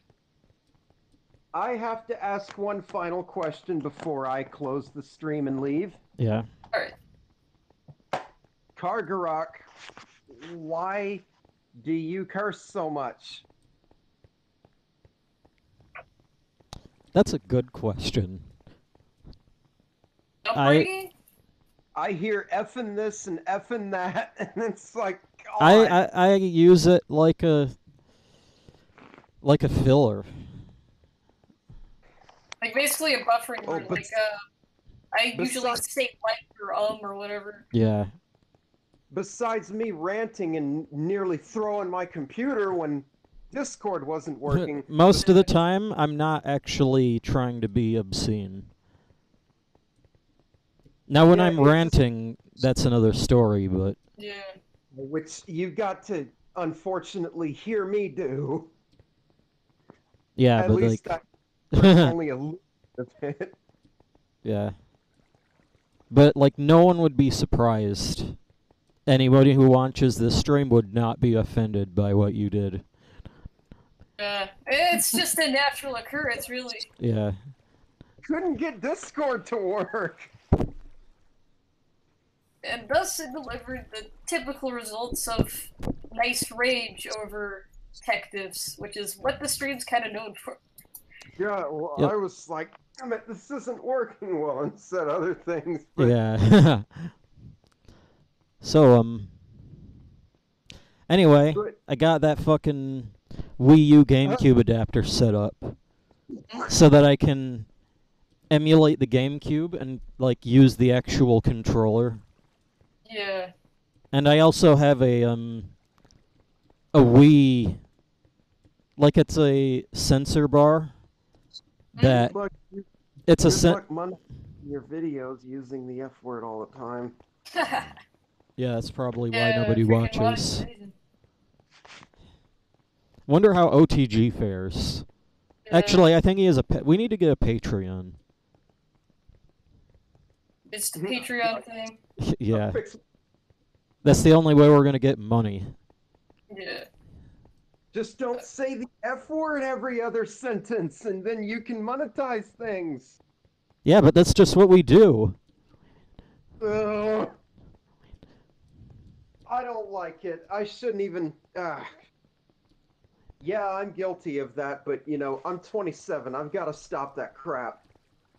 Yeah, there's some people who grow out of it. There's some people who don't really see a need to. It all just depends on the person, really. Well, Kargaroc's in his 20s as well. I mean, you know. Is also my family. Yeah, and also upbringing. Like, Yeah. You like that? They do the same thing, except they don't do it as much. Okay, well that does make sense.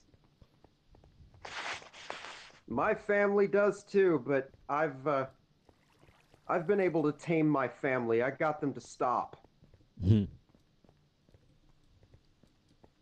Yeah, for the most part, when it comes to cussing, though, I usually just use the like filler pseudo cuss words like freak and That's what I do unless I'm really mad. Like, again, like you heard in my rant.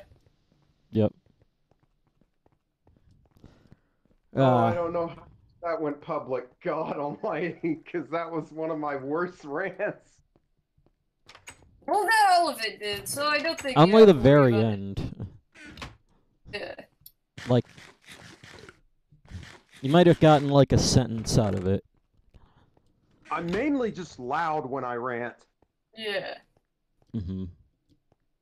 Yeah, it's like when you can't get something to work, you know in your mind that it should be working. But it's like something's wrong and you don't know what it is.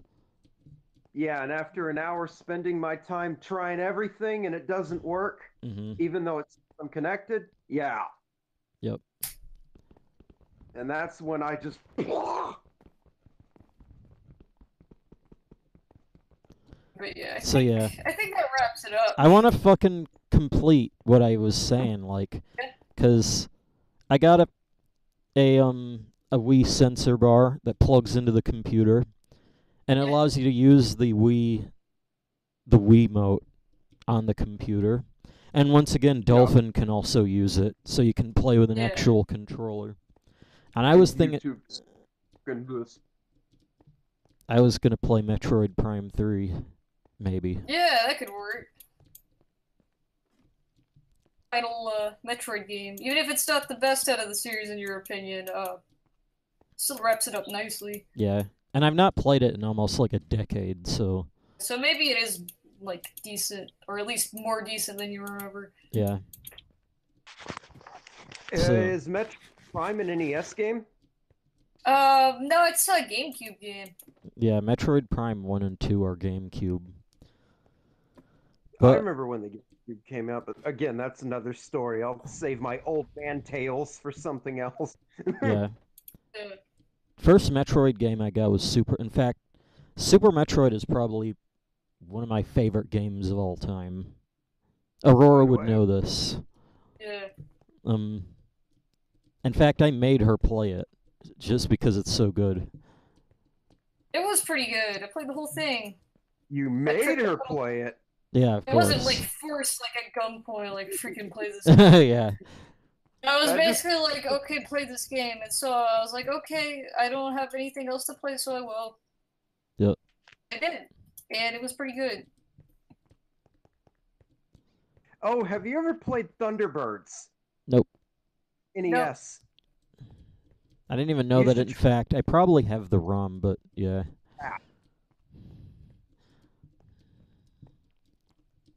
That is a good live streaming game, Thunderbirds, because it has many levels and it's hard.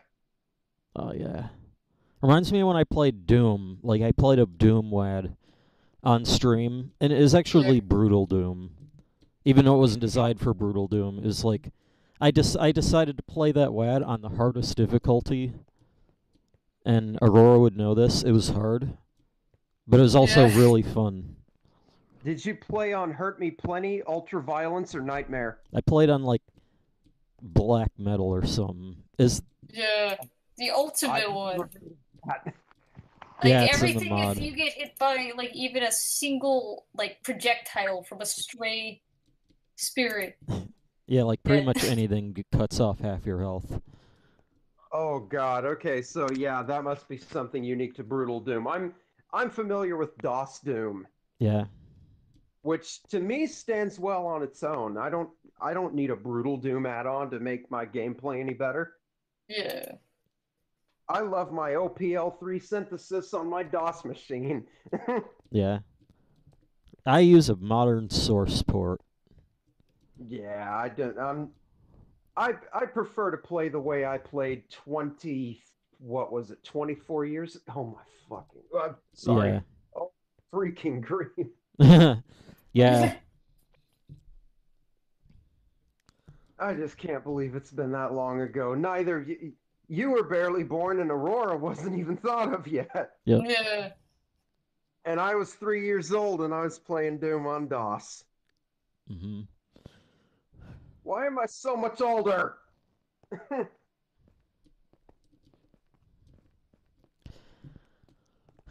So, yeah, might play that, might play this again. I don't know. I All hope. depends. Oh, I know of a game. Portal 2 or Portal. No, Any that of could those be. Valve games. In fact, that is going in the list right now. I don't care. All right. Portal Portal. 1 and 2 are both great games. I love Portal. Short free games. Like they're relatively, I guess, good sized games, especially for streaming. I actually Okay, let's bookmark my Dropbox folder. Yeah, you guys will love Portal and Portal 2. I beat both games. Yeah, I played it like. I think I played the original Portal around 2000. In fact, the original Portal and Portal 2 is like the reason I built this computer. Even though it's like way too like. Well, actually, the reason I built this computer was to emulate to run Dolphin at full speed was the reason I built this. Cuz that was right around the time computers were starting to get fast enough that you could emulate the GameCube and it wouldn't cost like $5,000. Did you say Dolphin? Yeah, Dolphin, the emulator. I think it like Later for game. yeah, fucking I downloaded that in 2005 and I could not get that thing to run to save my life. yeah, it got a lot better since then, I'll tell you that right now. God, oh my freaking lord. Again, that was 12 years ago. Where's time going? Away. Yep. It's the trash bin that is the end.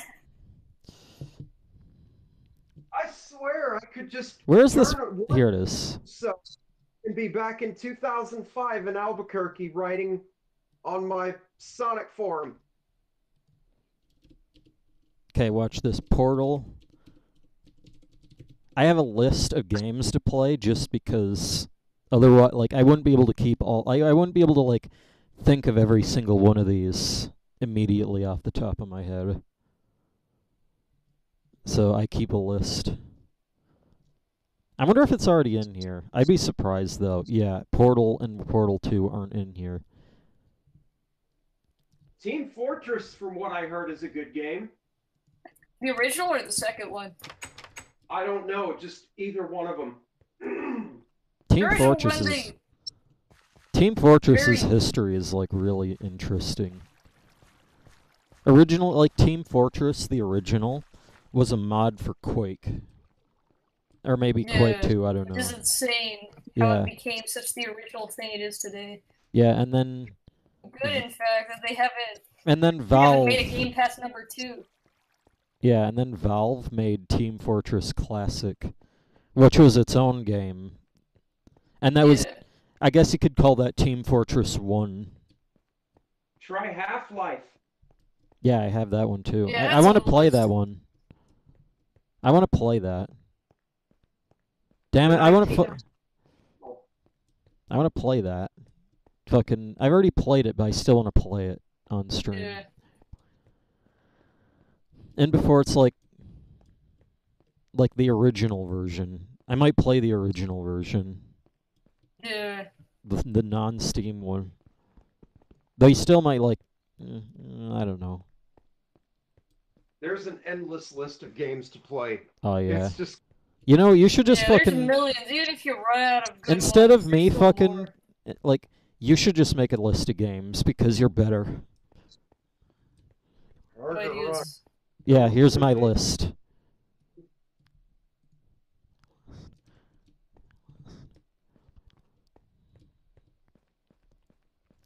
So yeah. This is what happens, by the way. Like, you say we're gonna leave, and then it just... Yeah, and then freaking 30 minutes later, everyone's still talking. Yep. I thought about that. It's 2:28 here. Yeah, but here. it's just what happens. Yeah. Yeah, it's... Well, The we get... closings tend to be long. Mm-hmm.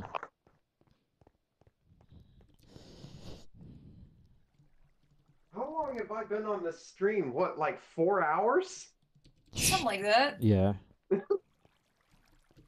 Wow. Right at the very beginning.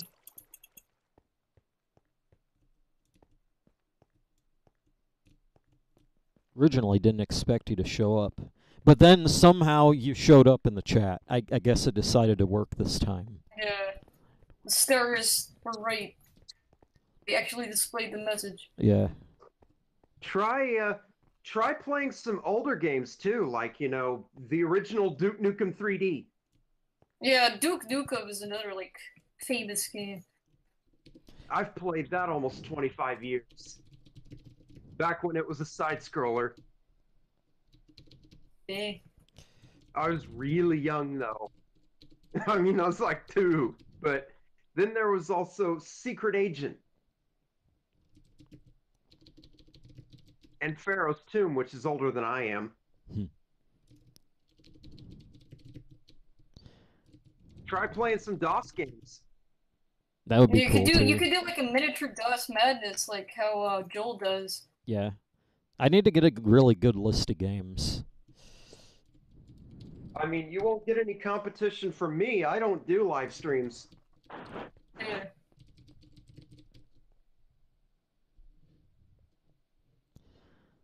Next video I'll do is this summer when it's 130 degrees and I'm cooking an egg. Yeah.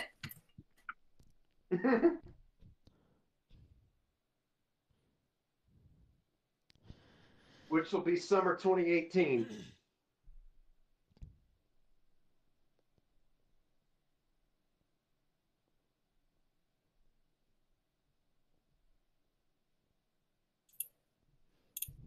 I've never seen this build process before.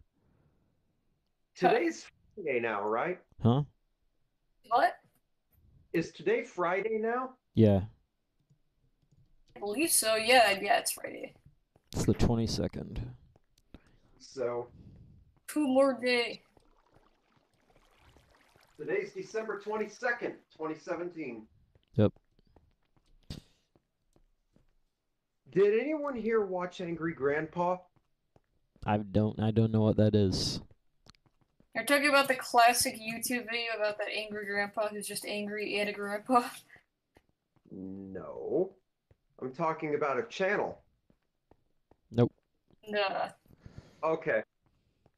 That was somebody I watched. He just died, so yeah, I was mentioning that, but Well, that sucks. yeah, it does suck. I've been crying every freaking day since December 10th, and I don't normally do that.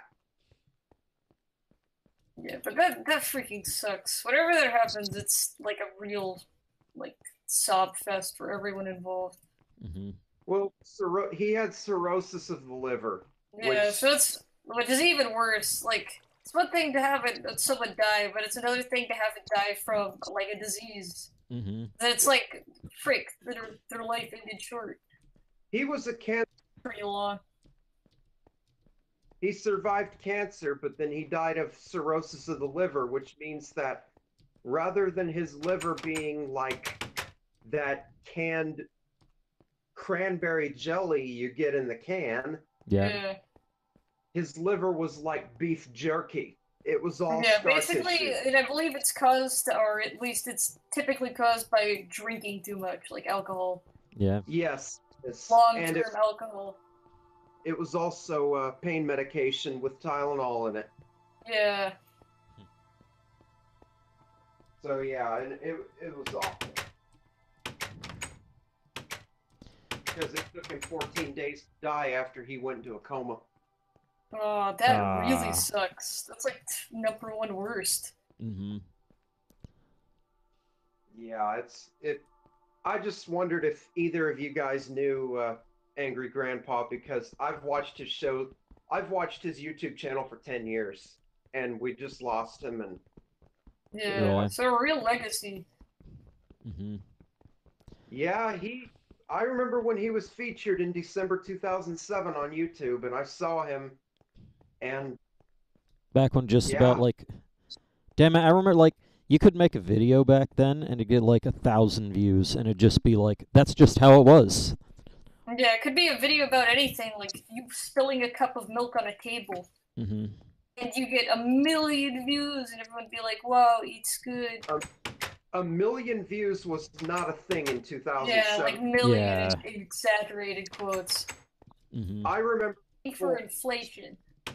I remember people going crazy over getting 100,000 views. Yeah. Mm-hmm. Nowadays it's trivial. It's like, wow, that's a weak video. Yeah. And what was crazy is was that in early 2007, I actually remember when the most subscribed YouTuber was Geriatric 1927 in 2006 or so, actually. And he had 5,000 subscribers, which was unheard of. Dang. Mm-hmm. Nowadays you have like freaking like a ton of people with over 1 million. Yeah, and 10 million and 50 million. I mean, I've got 147, I think. 148.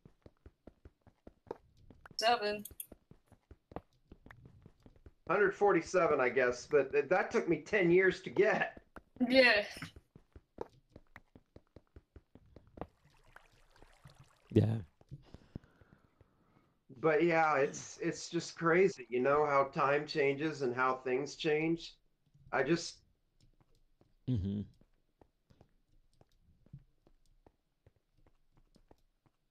You just don't yet know what it's like being my age. I'm not much older than you, but you'll see for yourself. Yeah. How drastic things seem to change. Damn, even now it's like fucking... You already kind of start feeling like you're that fucking grandpa sitting there rocking chair. Yeah, even if it's just a game from last year. It almost seems like it's so far away, no one talks about it anymore. Mm-hmm. Like, yeah, it's just like me when I talk about memes and stuff, and I say, you know what? I remember in 2007 when the self-stirring coffee mug was the latest and greatest meme on YouTube. Nowadays, they're a dime a dozen. I think the most recent one to, I guess, catch my attention for being like a big meme is some commercial for a Nickelodeon Indian channel. It's the Nickelodeon of India, some commercial trying to get it cool by saying the word dab. I have no idea, but yeah, it's completely foreign. I remember the days when all these other memes were popular. I actually remember, and this was before you were born. I remember in 1999, early 1999, the hamster dance being I remember that. Like, I remember that as in, like, its re-release of the memeage. I can't remember when it happened, but it was like probably like 2006, 7, back into like light for a couple of moments, and that's where I first heard it. I didn't know it was that old. Yeah, it was. I remember it in 1998 because I tried to record it on an old crappy garage sale tape recorder, and it butchered it because the tape recorder recorded at half speed, so I ended up with sped up Chipmunks versions. Wow. Nice. And we were using dial-up at the time, which was 28.8K. So, yeah, it wasn't exactly fast. I think in modern terms, that would be like, well, even back then, it was like, you'd never get exactly that speed. It's like, I'll always be slightly lower. And, the speed was always like... Well... No, the tape recorder butchered it, because it went, instead of... It was like... Ultra hamster dance. That sounds familiar.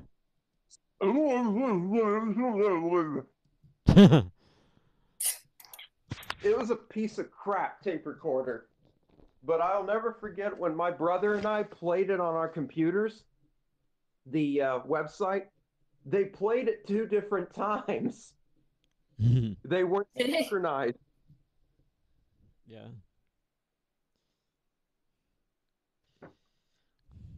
Oh, this is what's getting me. This reminds me of fucking that old you know those fucking videos I did a few years ago? Not even that long ago, but it's like you'd know this fucking the NBTV videos that I did. Yeah. NBTV. Yeah, those fucking TV experiments I did. You probably seen them. Oh. You know those. Oh yeah, with lines and stuff, like a 302 line or whatever it was. Yeah, like if I look on here, it's not even that. In fact, it's probably like way in the archive now that I have so much VODs. But I was there. I've watched you since 2010. yeah. Yep. Damn, that was a while ago. Actually, yeah, here it is. 2010. I've watched you for almost 8 years. Dang. Yeah, here it is. The 128 lines. And then there's a 64 line version that you commented on. If I can actually click on the video, there's no sound. Oh, were you building like a NipCow disc or something? This is all in software. Oh. And I didn't actually do that. Though that would be cool. I remember seeing you on all of these various videos, like Doom videos, NipCow disc videos, Yeah. electronic videos, vintage videos, telephone videos. Mm-hmm. And we're bumping into you on YouTube, like with almost every video I watched, and I was like, my God, this guy's like, he's like some counterpart to me. Huh. So yeah, and here it is. This looks much sharper despite being only 64p. If audio tapes could be digitally utilized, blah blah blah, 1080p. Type 2 chromium dioxide tapes due to the extreme bit density of magnetic media. Yeah, that was your comment.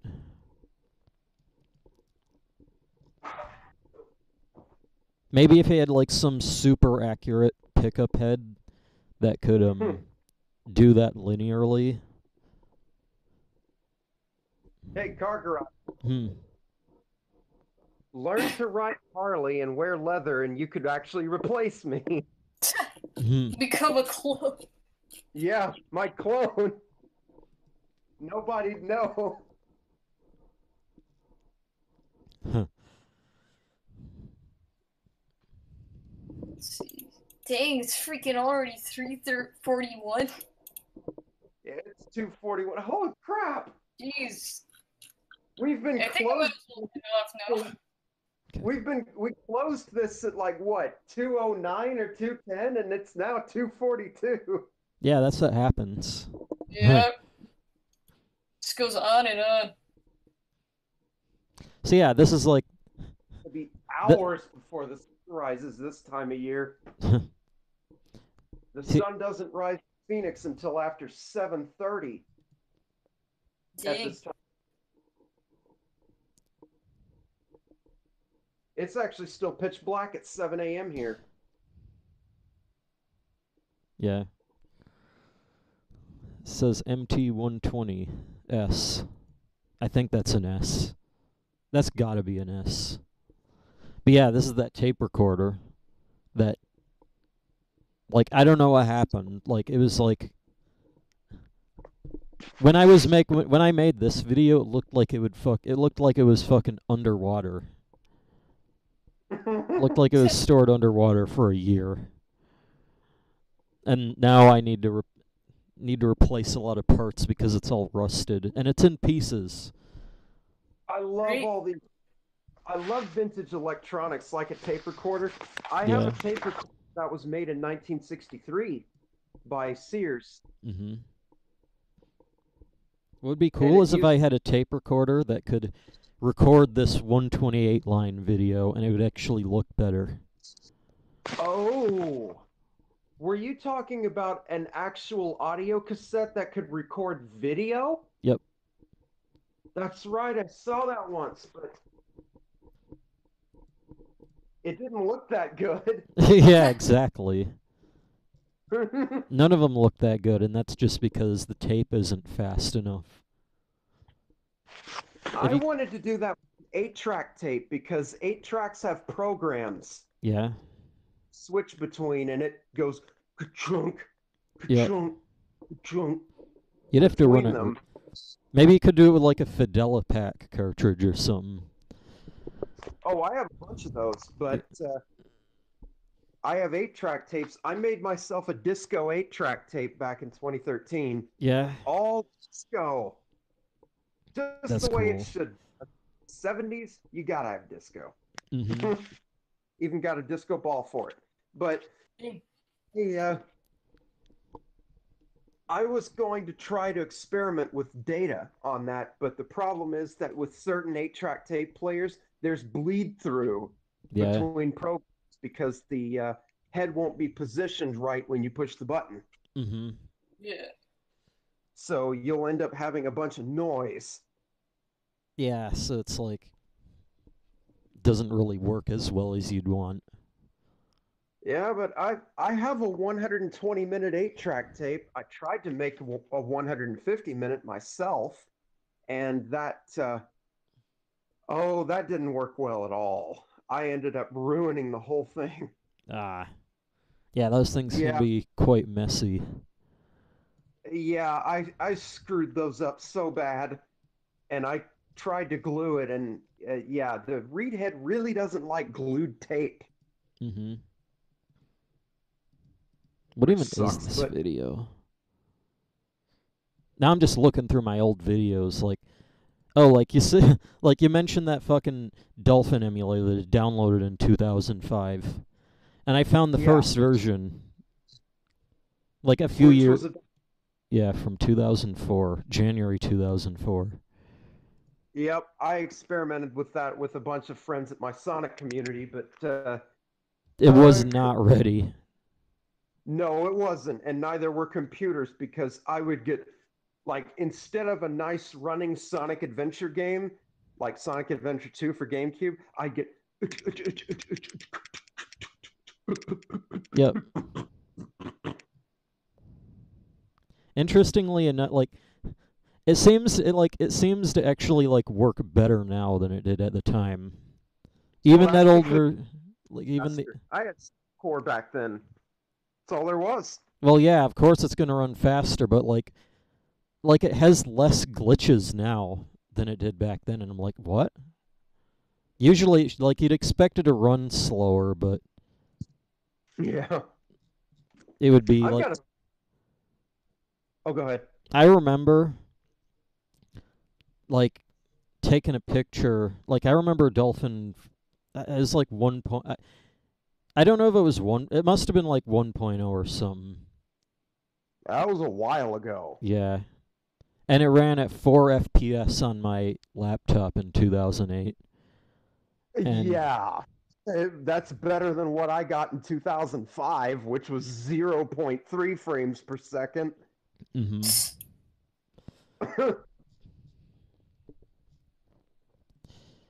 But it's amazing, though, how much faster these machines are, because I still to this day haven't successfully emulated a Wii or a GameCube. Yeah. But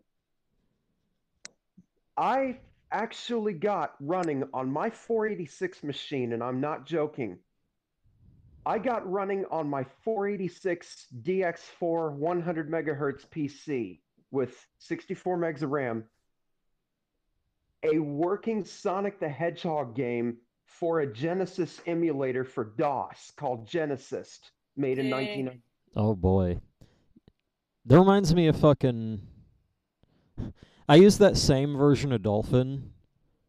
Not this one. This one's like a later... I think this is the modern version. I was just showing off...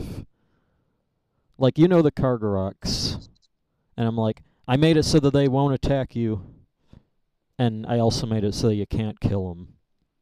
And it also breaks the game, but you know.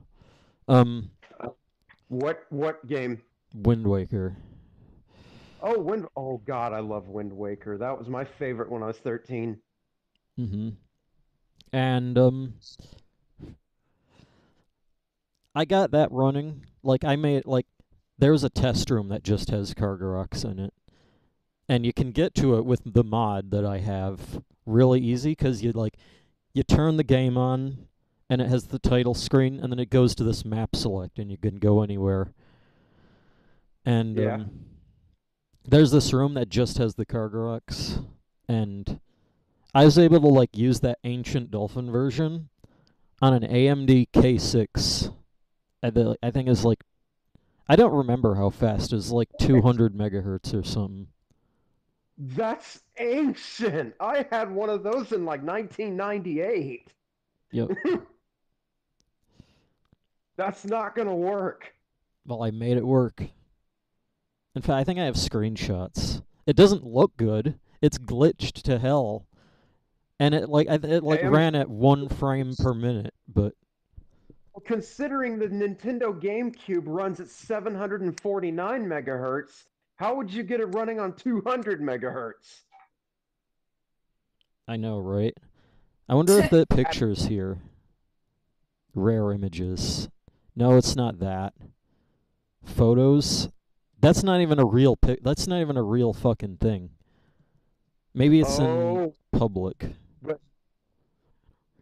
But I got the Sega Genesis running on a 486 because the Genesis only runs at 7.6 megahertz. Yeah. And I was on 100 megahertz, but I had to fake the Z80 emulation because it wasn't able to emulate the Z80 and keep the graphics going. Yeah. It was a lot of work for that 1993 machine, but it did it.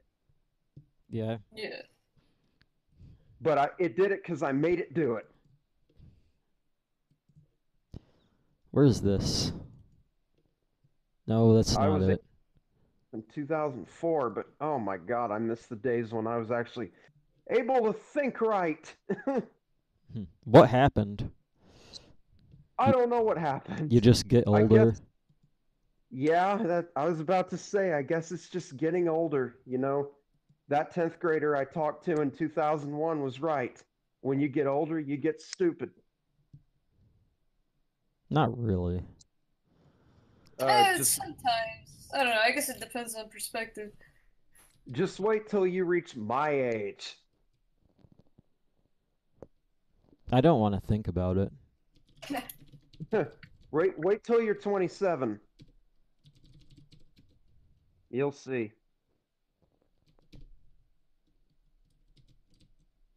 After turning 25, I gained 50 pounds and lost a lot of brain function because I went through a final puberty stage. It happens. Great. I still want to find this picture. Yeah, it's... Damn it, this fucking... Oh, you're not going to be able to do it before it becomes 4. Thankfully, I have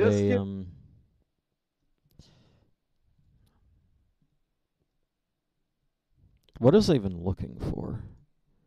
If I can even... You were looking at a picture of Dolphin with the 200 megahertz AMD K6 or something. Yeah, that's what it was. Hey, I can still think! Yes!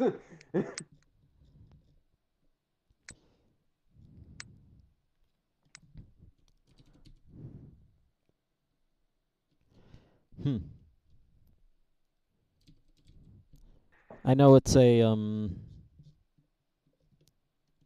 Well, I've developed a lot of electric motorcycle ideas, but yeah, I'm not exactly what I was.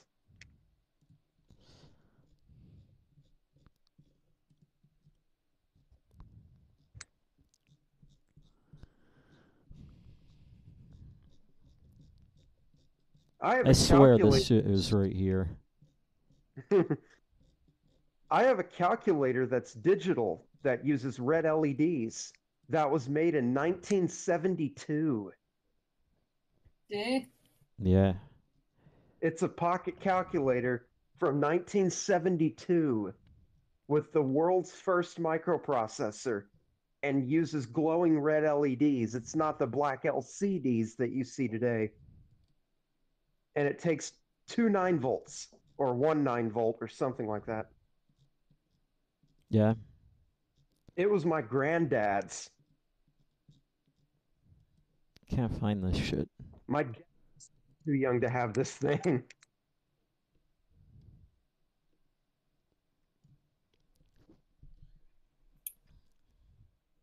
I'll do some videos on my old vintage electronics because I have a 1957 reel-to-reel tape recorder that's the size of a suitcase, Cool. weighs 50 pounds, and was actually I know what I'm looking for now.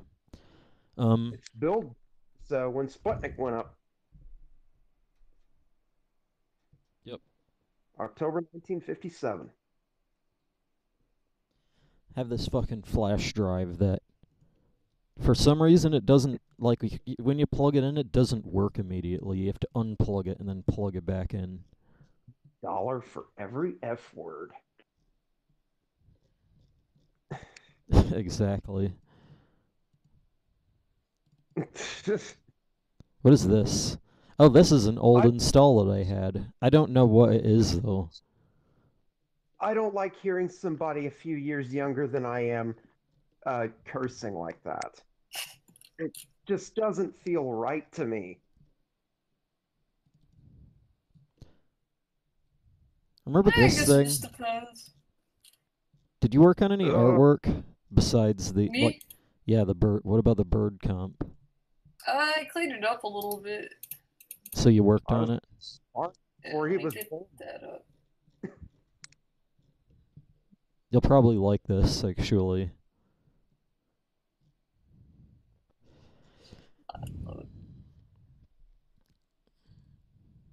Yeah, mainly just clean up. Not even that much clean up. Yeah.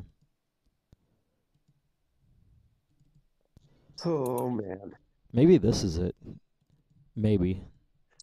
Did 2004. you get Hmm? Did you get the picture that I tried to send on Discord? What one? About 4 hours ago, I tried to send a picture on Discord. And then you didn't. You sent the wrong one or something? Yeah, I didn't. Was trying to actually do a voice recording, but instead it sent a picture. I deleted it immediately. Oh, okay. Alright. Let's get this. My God, I can't believe how long we've been talking. There you go. Here we go. I'll post this immediately in the chat. I can't believe I've been on a stream this long. That's just crazy. Yeah.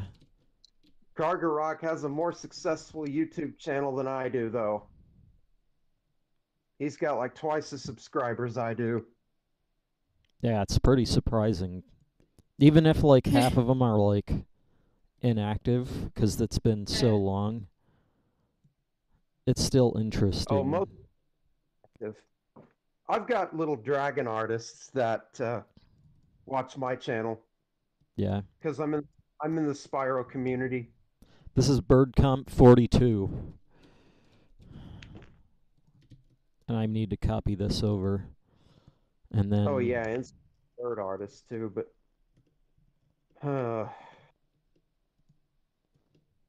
some of my subscribers are from so long ago, they're probably dead now. Oh, fucking hell.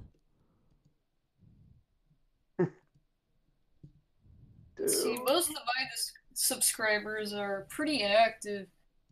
I just upload music stuff. Original, some of it not original. Yeah, this is a lot more cleaned up. I might sound really stupid for saying this, but I was actually planning on uploading some really old videos of me playing a synthesizer doing 80s songs.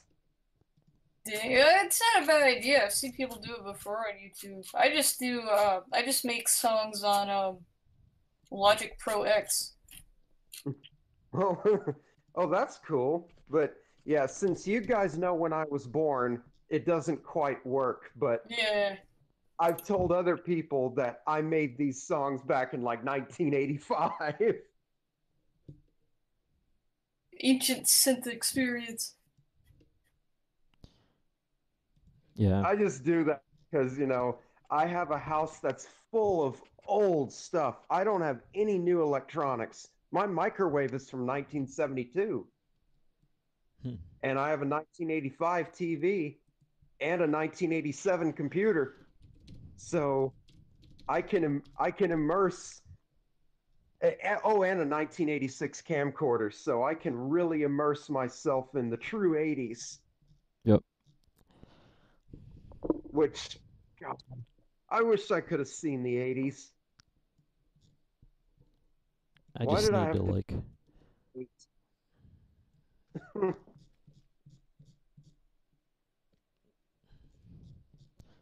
2014, 2000. Damn. Maybe I can't find it. Maybe I can't find it. Even though it's right here. I should have been born in 1980. In fact.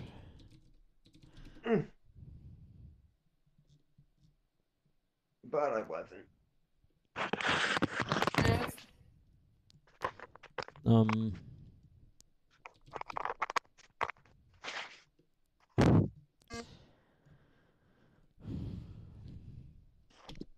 Uh. Still can't find the thing. Let me just think. Let me It just. is. Yeah. Trying to figure out exactly what these are called in a folder where there's just like fucking, it's sprawling how many files and folders there are. Hey, Aurora, Yeah, uh, do you have a DeviantArt account? yeah, I do actually. Oh, that's awesome. Yeah, I'm just gonna link that. If you What? check out the channel, well, not the channel, but the page, Phoenix the Biker Eagle, all one word, .deviantart.com. That's me. And you Alrighty. see a picture of me on my Harley. Mm. Let's see. Let's see.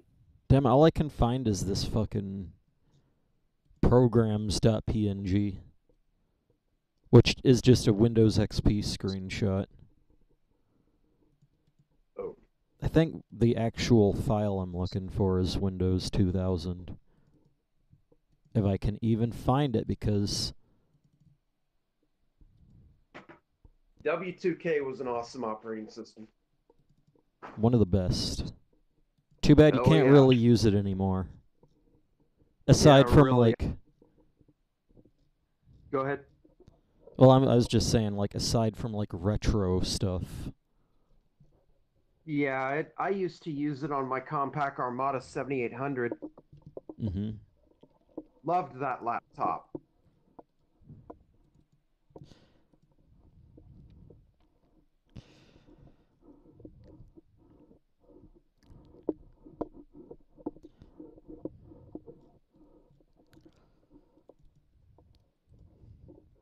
All I'm seeing here is Game Maker stuff. What is oh, that's nothing. Let's see what's in the 22nd of February 2015.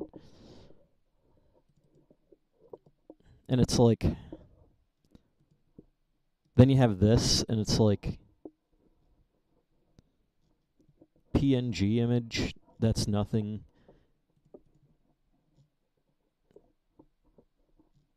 Hey, Aurora, Yeah. were you on DeviantArt by any chance? Are you? Not currently on DeviantArt.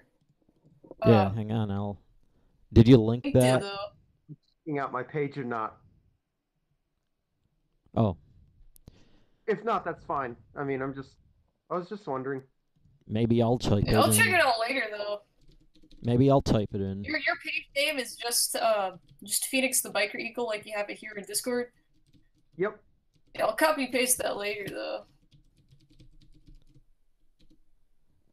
I think I leaked in cool links is my DeviantArt. Where did you link this? The cool links page. Yeah, but where did... Page? Oh. Channel. However you call it. Okay. I hate it. Like, this is more like it. You know, Aurora would know this. Fucking trying to find some... Oh, don't worry, it's going to be 5 minutes. Not even 5 minutes. Yeah. And then it's like, you just piss the time away trying to look for it. So many F words, so many F words. Fuck, fuck, fuck, fuck, fuck, fuck, fuck, fuck, fuck, fuck, fuck, fuck, fuck, fuck, fuck, fuck, fuck. System overload crashing.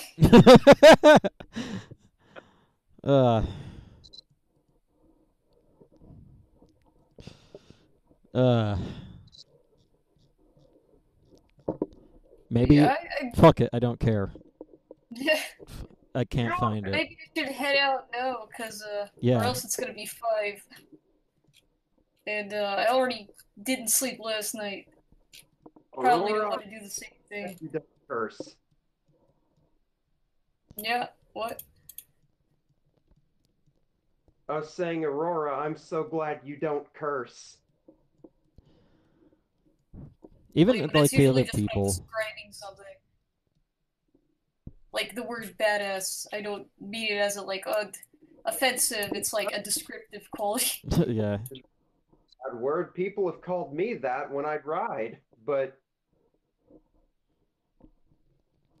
you know, the F word. The F word is something I can't stand. I think the biggest issue with it is just that it's overused a lot. Yeah. Just in general by like people. Yeah, that and the GD word.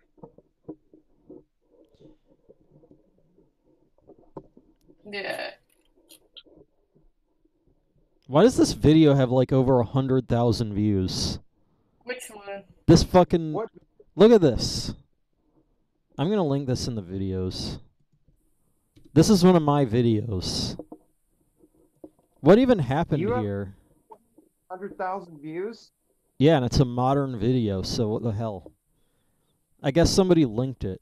Maybe you've already seen this. Well, I mean, YouTube works like a grapevine.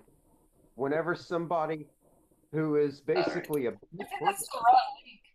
It just takes me to the YouTube creator page. Oh yeah, hang on, I need to fix that. I need to actually copy the actual link. There you go, that's the actual link. Oh yeah, this one. But anyways, don't forget to watch Captain Pronin. Oh the yeah. Official superhero of Russia. But not I really. used to have status back in 2006, which enabled you to upload videos like up to 15 minutes or so. And I uploaded a video once that was by Blendtech that got like 600,000 views on my Fiona the Fox page. Dang. See, the highest amount of views I've ever gotten is probably, I think... All I did, like... one video. Like, there's this program called Swift Shader that's just a software renderer for DirectX. And I had actually, like, when I was building this computer, I used, like, I had already had it mostly built, but the graphics card was still in the, like, in the mail. So,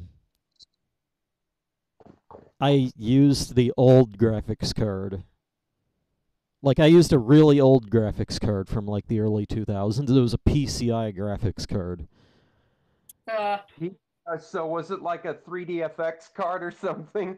It's like an NVIDIA GeForce.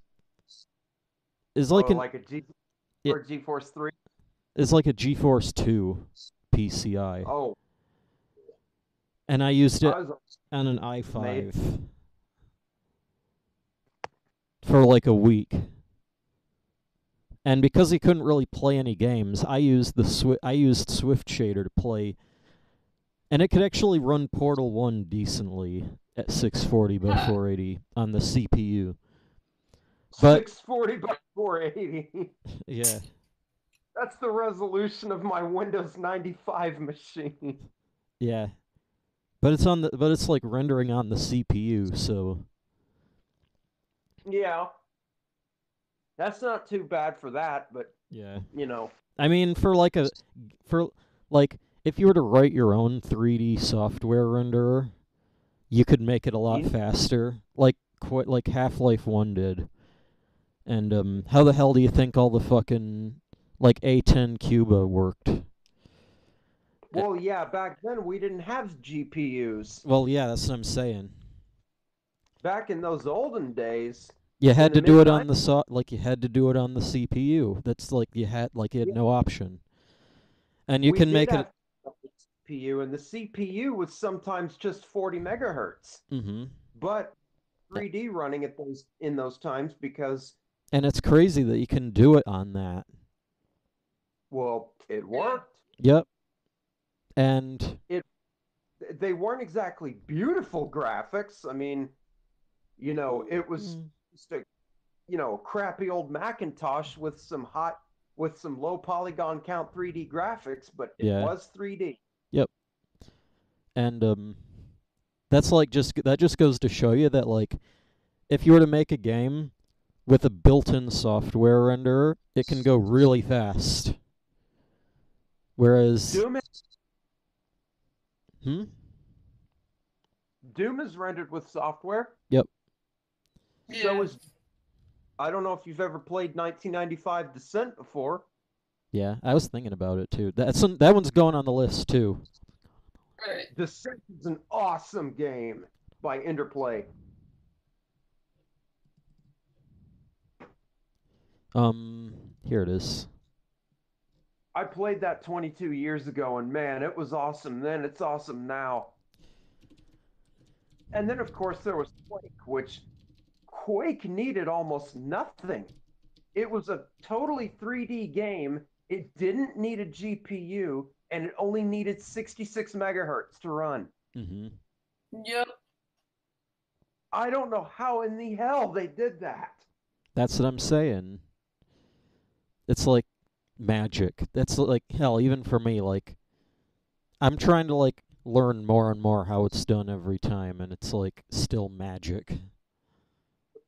I think the same way because I mean, back in 1990, back in 1995, there wasn't a whole lot to work with.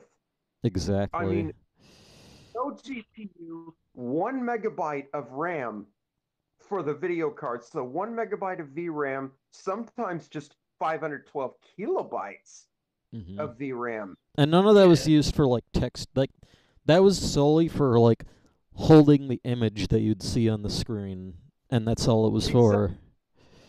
It didn't do any kind of processing whatsoever for the game. It was just to show you the display Mhm. at 640 by 480. And that was what was so amazing. But what was even more amazing was that it didn't need RAM either. All you needed to run Quake was like 16 megabytes of RAM and 66 megahertz for your processor Mhm. and half a megabyte for your video card. And it didn't even need to be 32-bit VISA. It could be just 16-bit ISA Mhm. and a old Sound Blaster. And there you go. You've got a 3D experience. Yeah. Yep. So yeah. I don't know how they did that because it looks good. Yep. Damn, Those are system requirements that are so small that even a child's toy tablet today has more than that. Yep. Yeah. Windows XP on the Wii. That's another good video. Like, you can't, Not as like... good as Windows XP on the NES. It's not even real. Yeah. That one. Windows XP on the Wii, like, this video, like, actually ran Windows XP on a Wii. Yeah, it was actual, not just a fake cartridge that China made. Yeah. Well, I mean, it was in an... XP is 8-bit. NES is 8-bit. Yeah. Yeah. There's Reminds no me, way. like, there's a Windows 98 on NES, and it was a cartridge. But it wasn't... Yeah, it wasn't...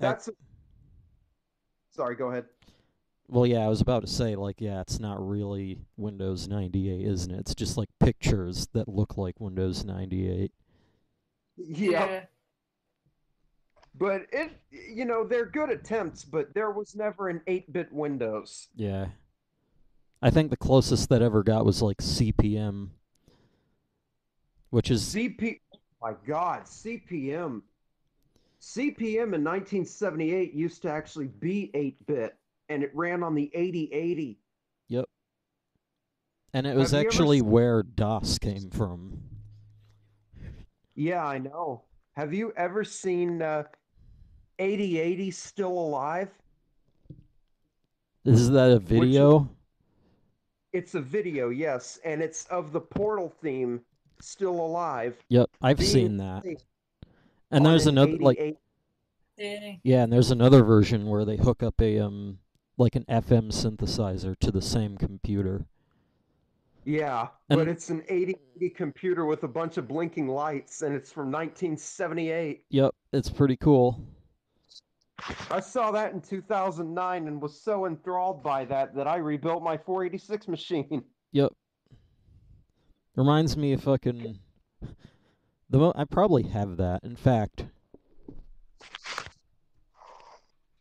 But do you remember, well, since you're a computer nerd, obviously, Kargaroc, I'm sure you know about the Commodore PET 2001. Commodore PET 2001 from 1977. The original? Yeah. Yeah. It's the one that looks like something from Star Wars and has that chiclet keyboard. Uh-huh. And the cassette on the side. Yep. Yeah. My dad had one of those in 1979, and he learned to program on that in his own home. Nice. He had a personal computer before anybody else did. Back when, like, there's a lot of people who didn't know what a computer was.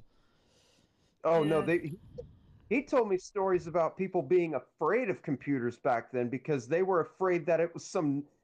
I remember him saying that there were people that were like, oh, that's some 1984 robot bullshit. Hang on, I'll be right back. All right.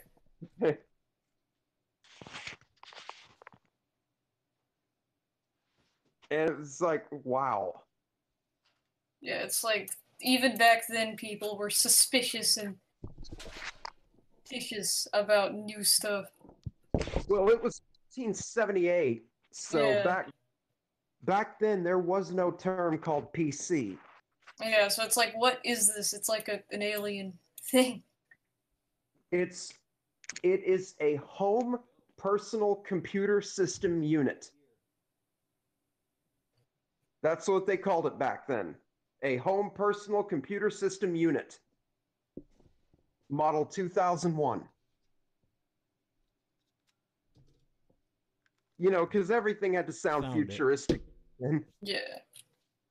And it was so funny, but my dad learned BASIC on that. First thing he did was troll all of his schoolmates because he made a fake BASIC, so everybody was writing their papers on a computer in 1983 in college, and he installed his fake version of BASIC on all of it. So what ended up happening is their documents were never saved because they weren't using BASIC.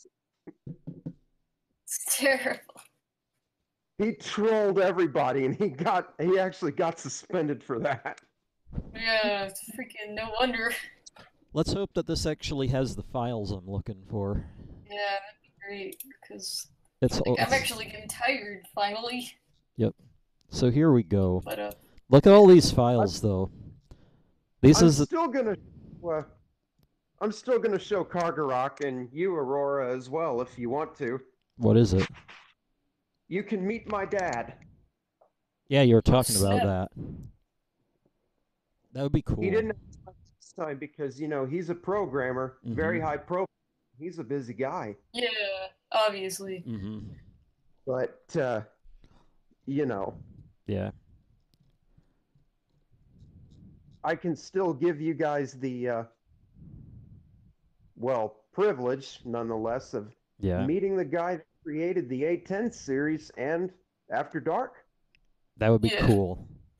Yeah, that would be. Unfortunately, Awesome. I wouldn't know what to say. I need to like write a script for that. No, you can just do kind of an exclusive interview with him. I mean, you know, I'll just bring the phone over there or the PC over there, Yeah. and you'll see him. You can record it on video, and you can ask me questions to ask him, and I'll ask him. Or That you would be could ask him cool. yourself. Just, you know, give you an exclusive interview. Yeah. I mean, he's the one who made it all. Yeah. So he has the answers, not me. Unfortunately, it doesn't look like I have this video. This like that one video. The oldest video that I've got on this it's an SD card that I use for the Wii and has a bunch of homebrew on it. And I use the same. I've not formatted this in like 8 years, 9 years. Oh God, that sounds old. Yeah, and it has a bunch of like the oldest video that I've got on here is a Weather Star 3000 video from well, I mean it's a blah blah blah. But it's from December 2007. I remember when Weather Star was still used. Yeah. Followed by Weather Star XL version 1, also the same day, the 11th of December 2007. Weather Channel 1983, then Weather Star 4000 Christmas music, then the Philips CDI intro, then the second Philips CDI intro. Great. Do you know about the 1984 Weather Star 3000 video with the eclipse warning and the Rock 2 music? Rock 2 that's the like Rock 2 is the name of the music. Yeah, and it's by Jeff Lorber. I actually have his record. You know, I might ask you for a fucking recording of that because I've been looking for that shit forever. Oh, you've been looking for that? Yeah. Oh, I have the whole thing. I can send that to you. Sure, that would be great. Sure, no problem. I can send it to you. I just need a place to send it to. Well, I was thinking like a file. Yeah, I have a file already. Yeah. It's Jeff Lorber's Rock 2. I bought it, but cool. All you need to do is like click on it. Like all you need to do is like go to the PMs and click on it. Like you can just send it over. Oh, and I think actually use my Dropbox and link it to you there. That would be better. Yeah. That way it's not limited by the freaking file upload of Discord. In fact, let me see if I have this because if I do. Can files over Discord? Yeah. But there's a size limit. Yeah. I'm scared to try this because Discord's such a bug-sticking piece of software. Oh God, okay, let me try this. I've got it on my Daegu, which I think's what it's called. What is this? Blah blah. Oh, come on. That's not what I'm looking for. But I have this video. It's just on my other hard. Like I have a video that just has a bunch of old files on it, but it's not plugged in. Yeah. Hang on. It's called Jeff Rock 2. Yeah. I'll go ahead and go to Discord. Yeah, you click on my, like you go to the direct So you go to the direct messages, and then you go to my name, and then It's not wanting to load. Come on, Discord. I'll be right back. You know, I swear to God, it lives up to its name, Discord, because it's freaking discordant. Yep. I'm having nothing but trouble with this. That's the thing. Yeah. Yeah, and I don't know what it is, because you never freaking know with programs like this. It could just be a single update. End task, end task, end task, end task. It's running like 4 different versions of it. There's another one. End task again. It's not wanting to freaking run. Cool. Now let's see if it pops up. At the beginning of the stream.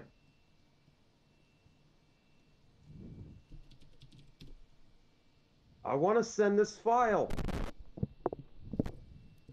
Okay, here we go. Here we go. Let me get Discord running. Double click, run it. Oh, you can just use the web app. It's not running. Okay, yeah, I'm gonna have to use the web app.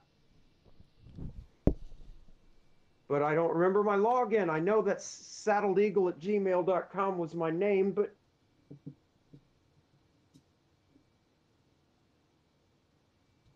okay, are you kidding me? My computer's not even loading Mozilla.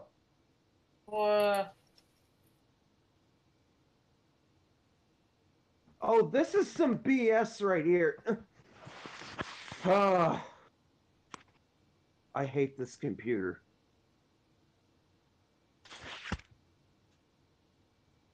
Swear to God, this is the grumpiest machine I've ever used. Okay, I'm gonna Bluetooth this to my phone and I can send it over. Oh God, Bluetooth. Yeah, I'd like to see how this works.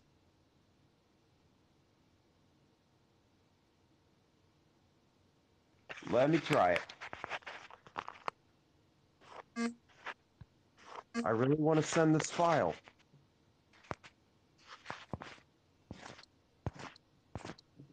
Can you guys still hear me? Yep. Okay. So I've turned on Bluetooth. Send to Bluetooth. My computer. I believe it's Takiera the Phoenix. Don't you have a Dropbox? This would be faster. Yeah. Is this Eagle? Or is this Takiera? Oh wait, no, that's not Takiera. Okay, I found this. Oh, finally. Now the video, like the fucking, let's plug in the hard drive, and then it didn't, let's plug in the hard drive while the computer's on. What you can do with SATA. Yeah. But then, I didn't use that, I used the hard drive enclosure, it didn't work here. So I rebooted it. I rebooted the hard drive enclosure, and it works now. Oh, my computer's Flame the Dragon. Huh. That's not... I'm not seeing that. Huh?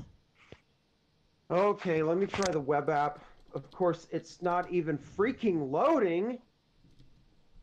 Videos. 2008.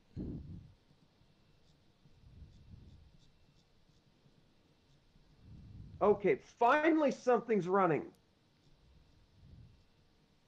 Christ almighty. Look at all these videos that I've got. Okay. Yeah. Weather Channel 1983. None of these are it, though. I've got the Weather Channel 1984 song ready to go. I'm just trying to pull this up. Get the link. By the way, what the fuck did this stream turn into? Yeah. This is still a stream? You know what? I hope they all enjoyed that, and I'll see you next time. See ya.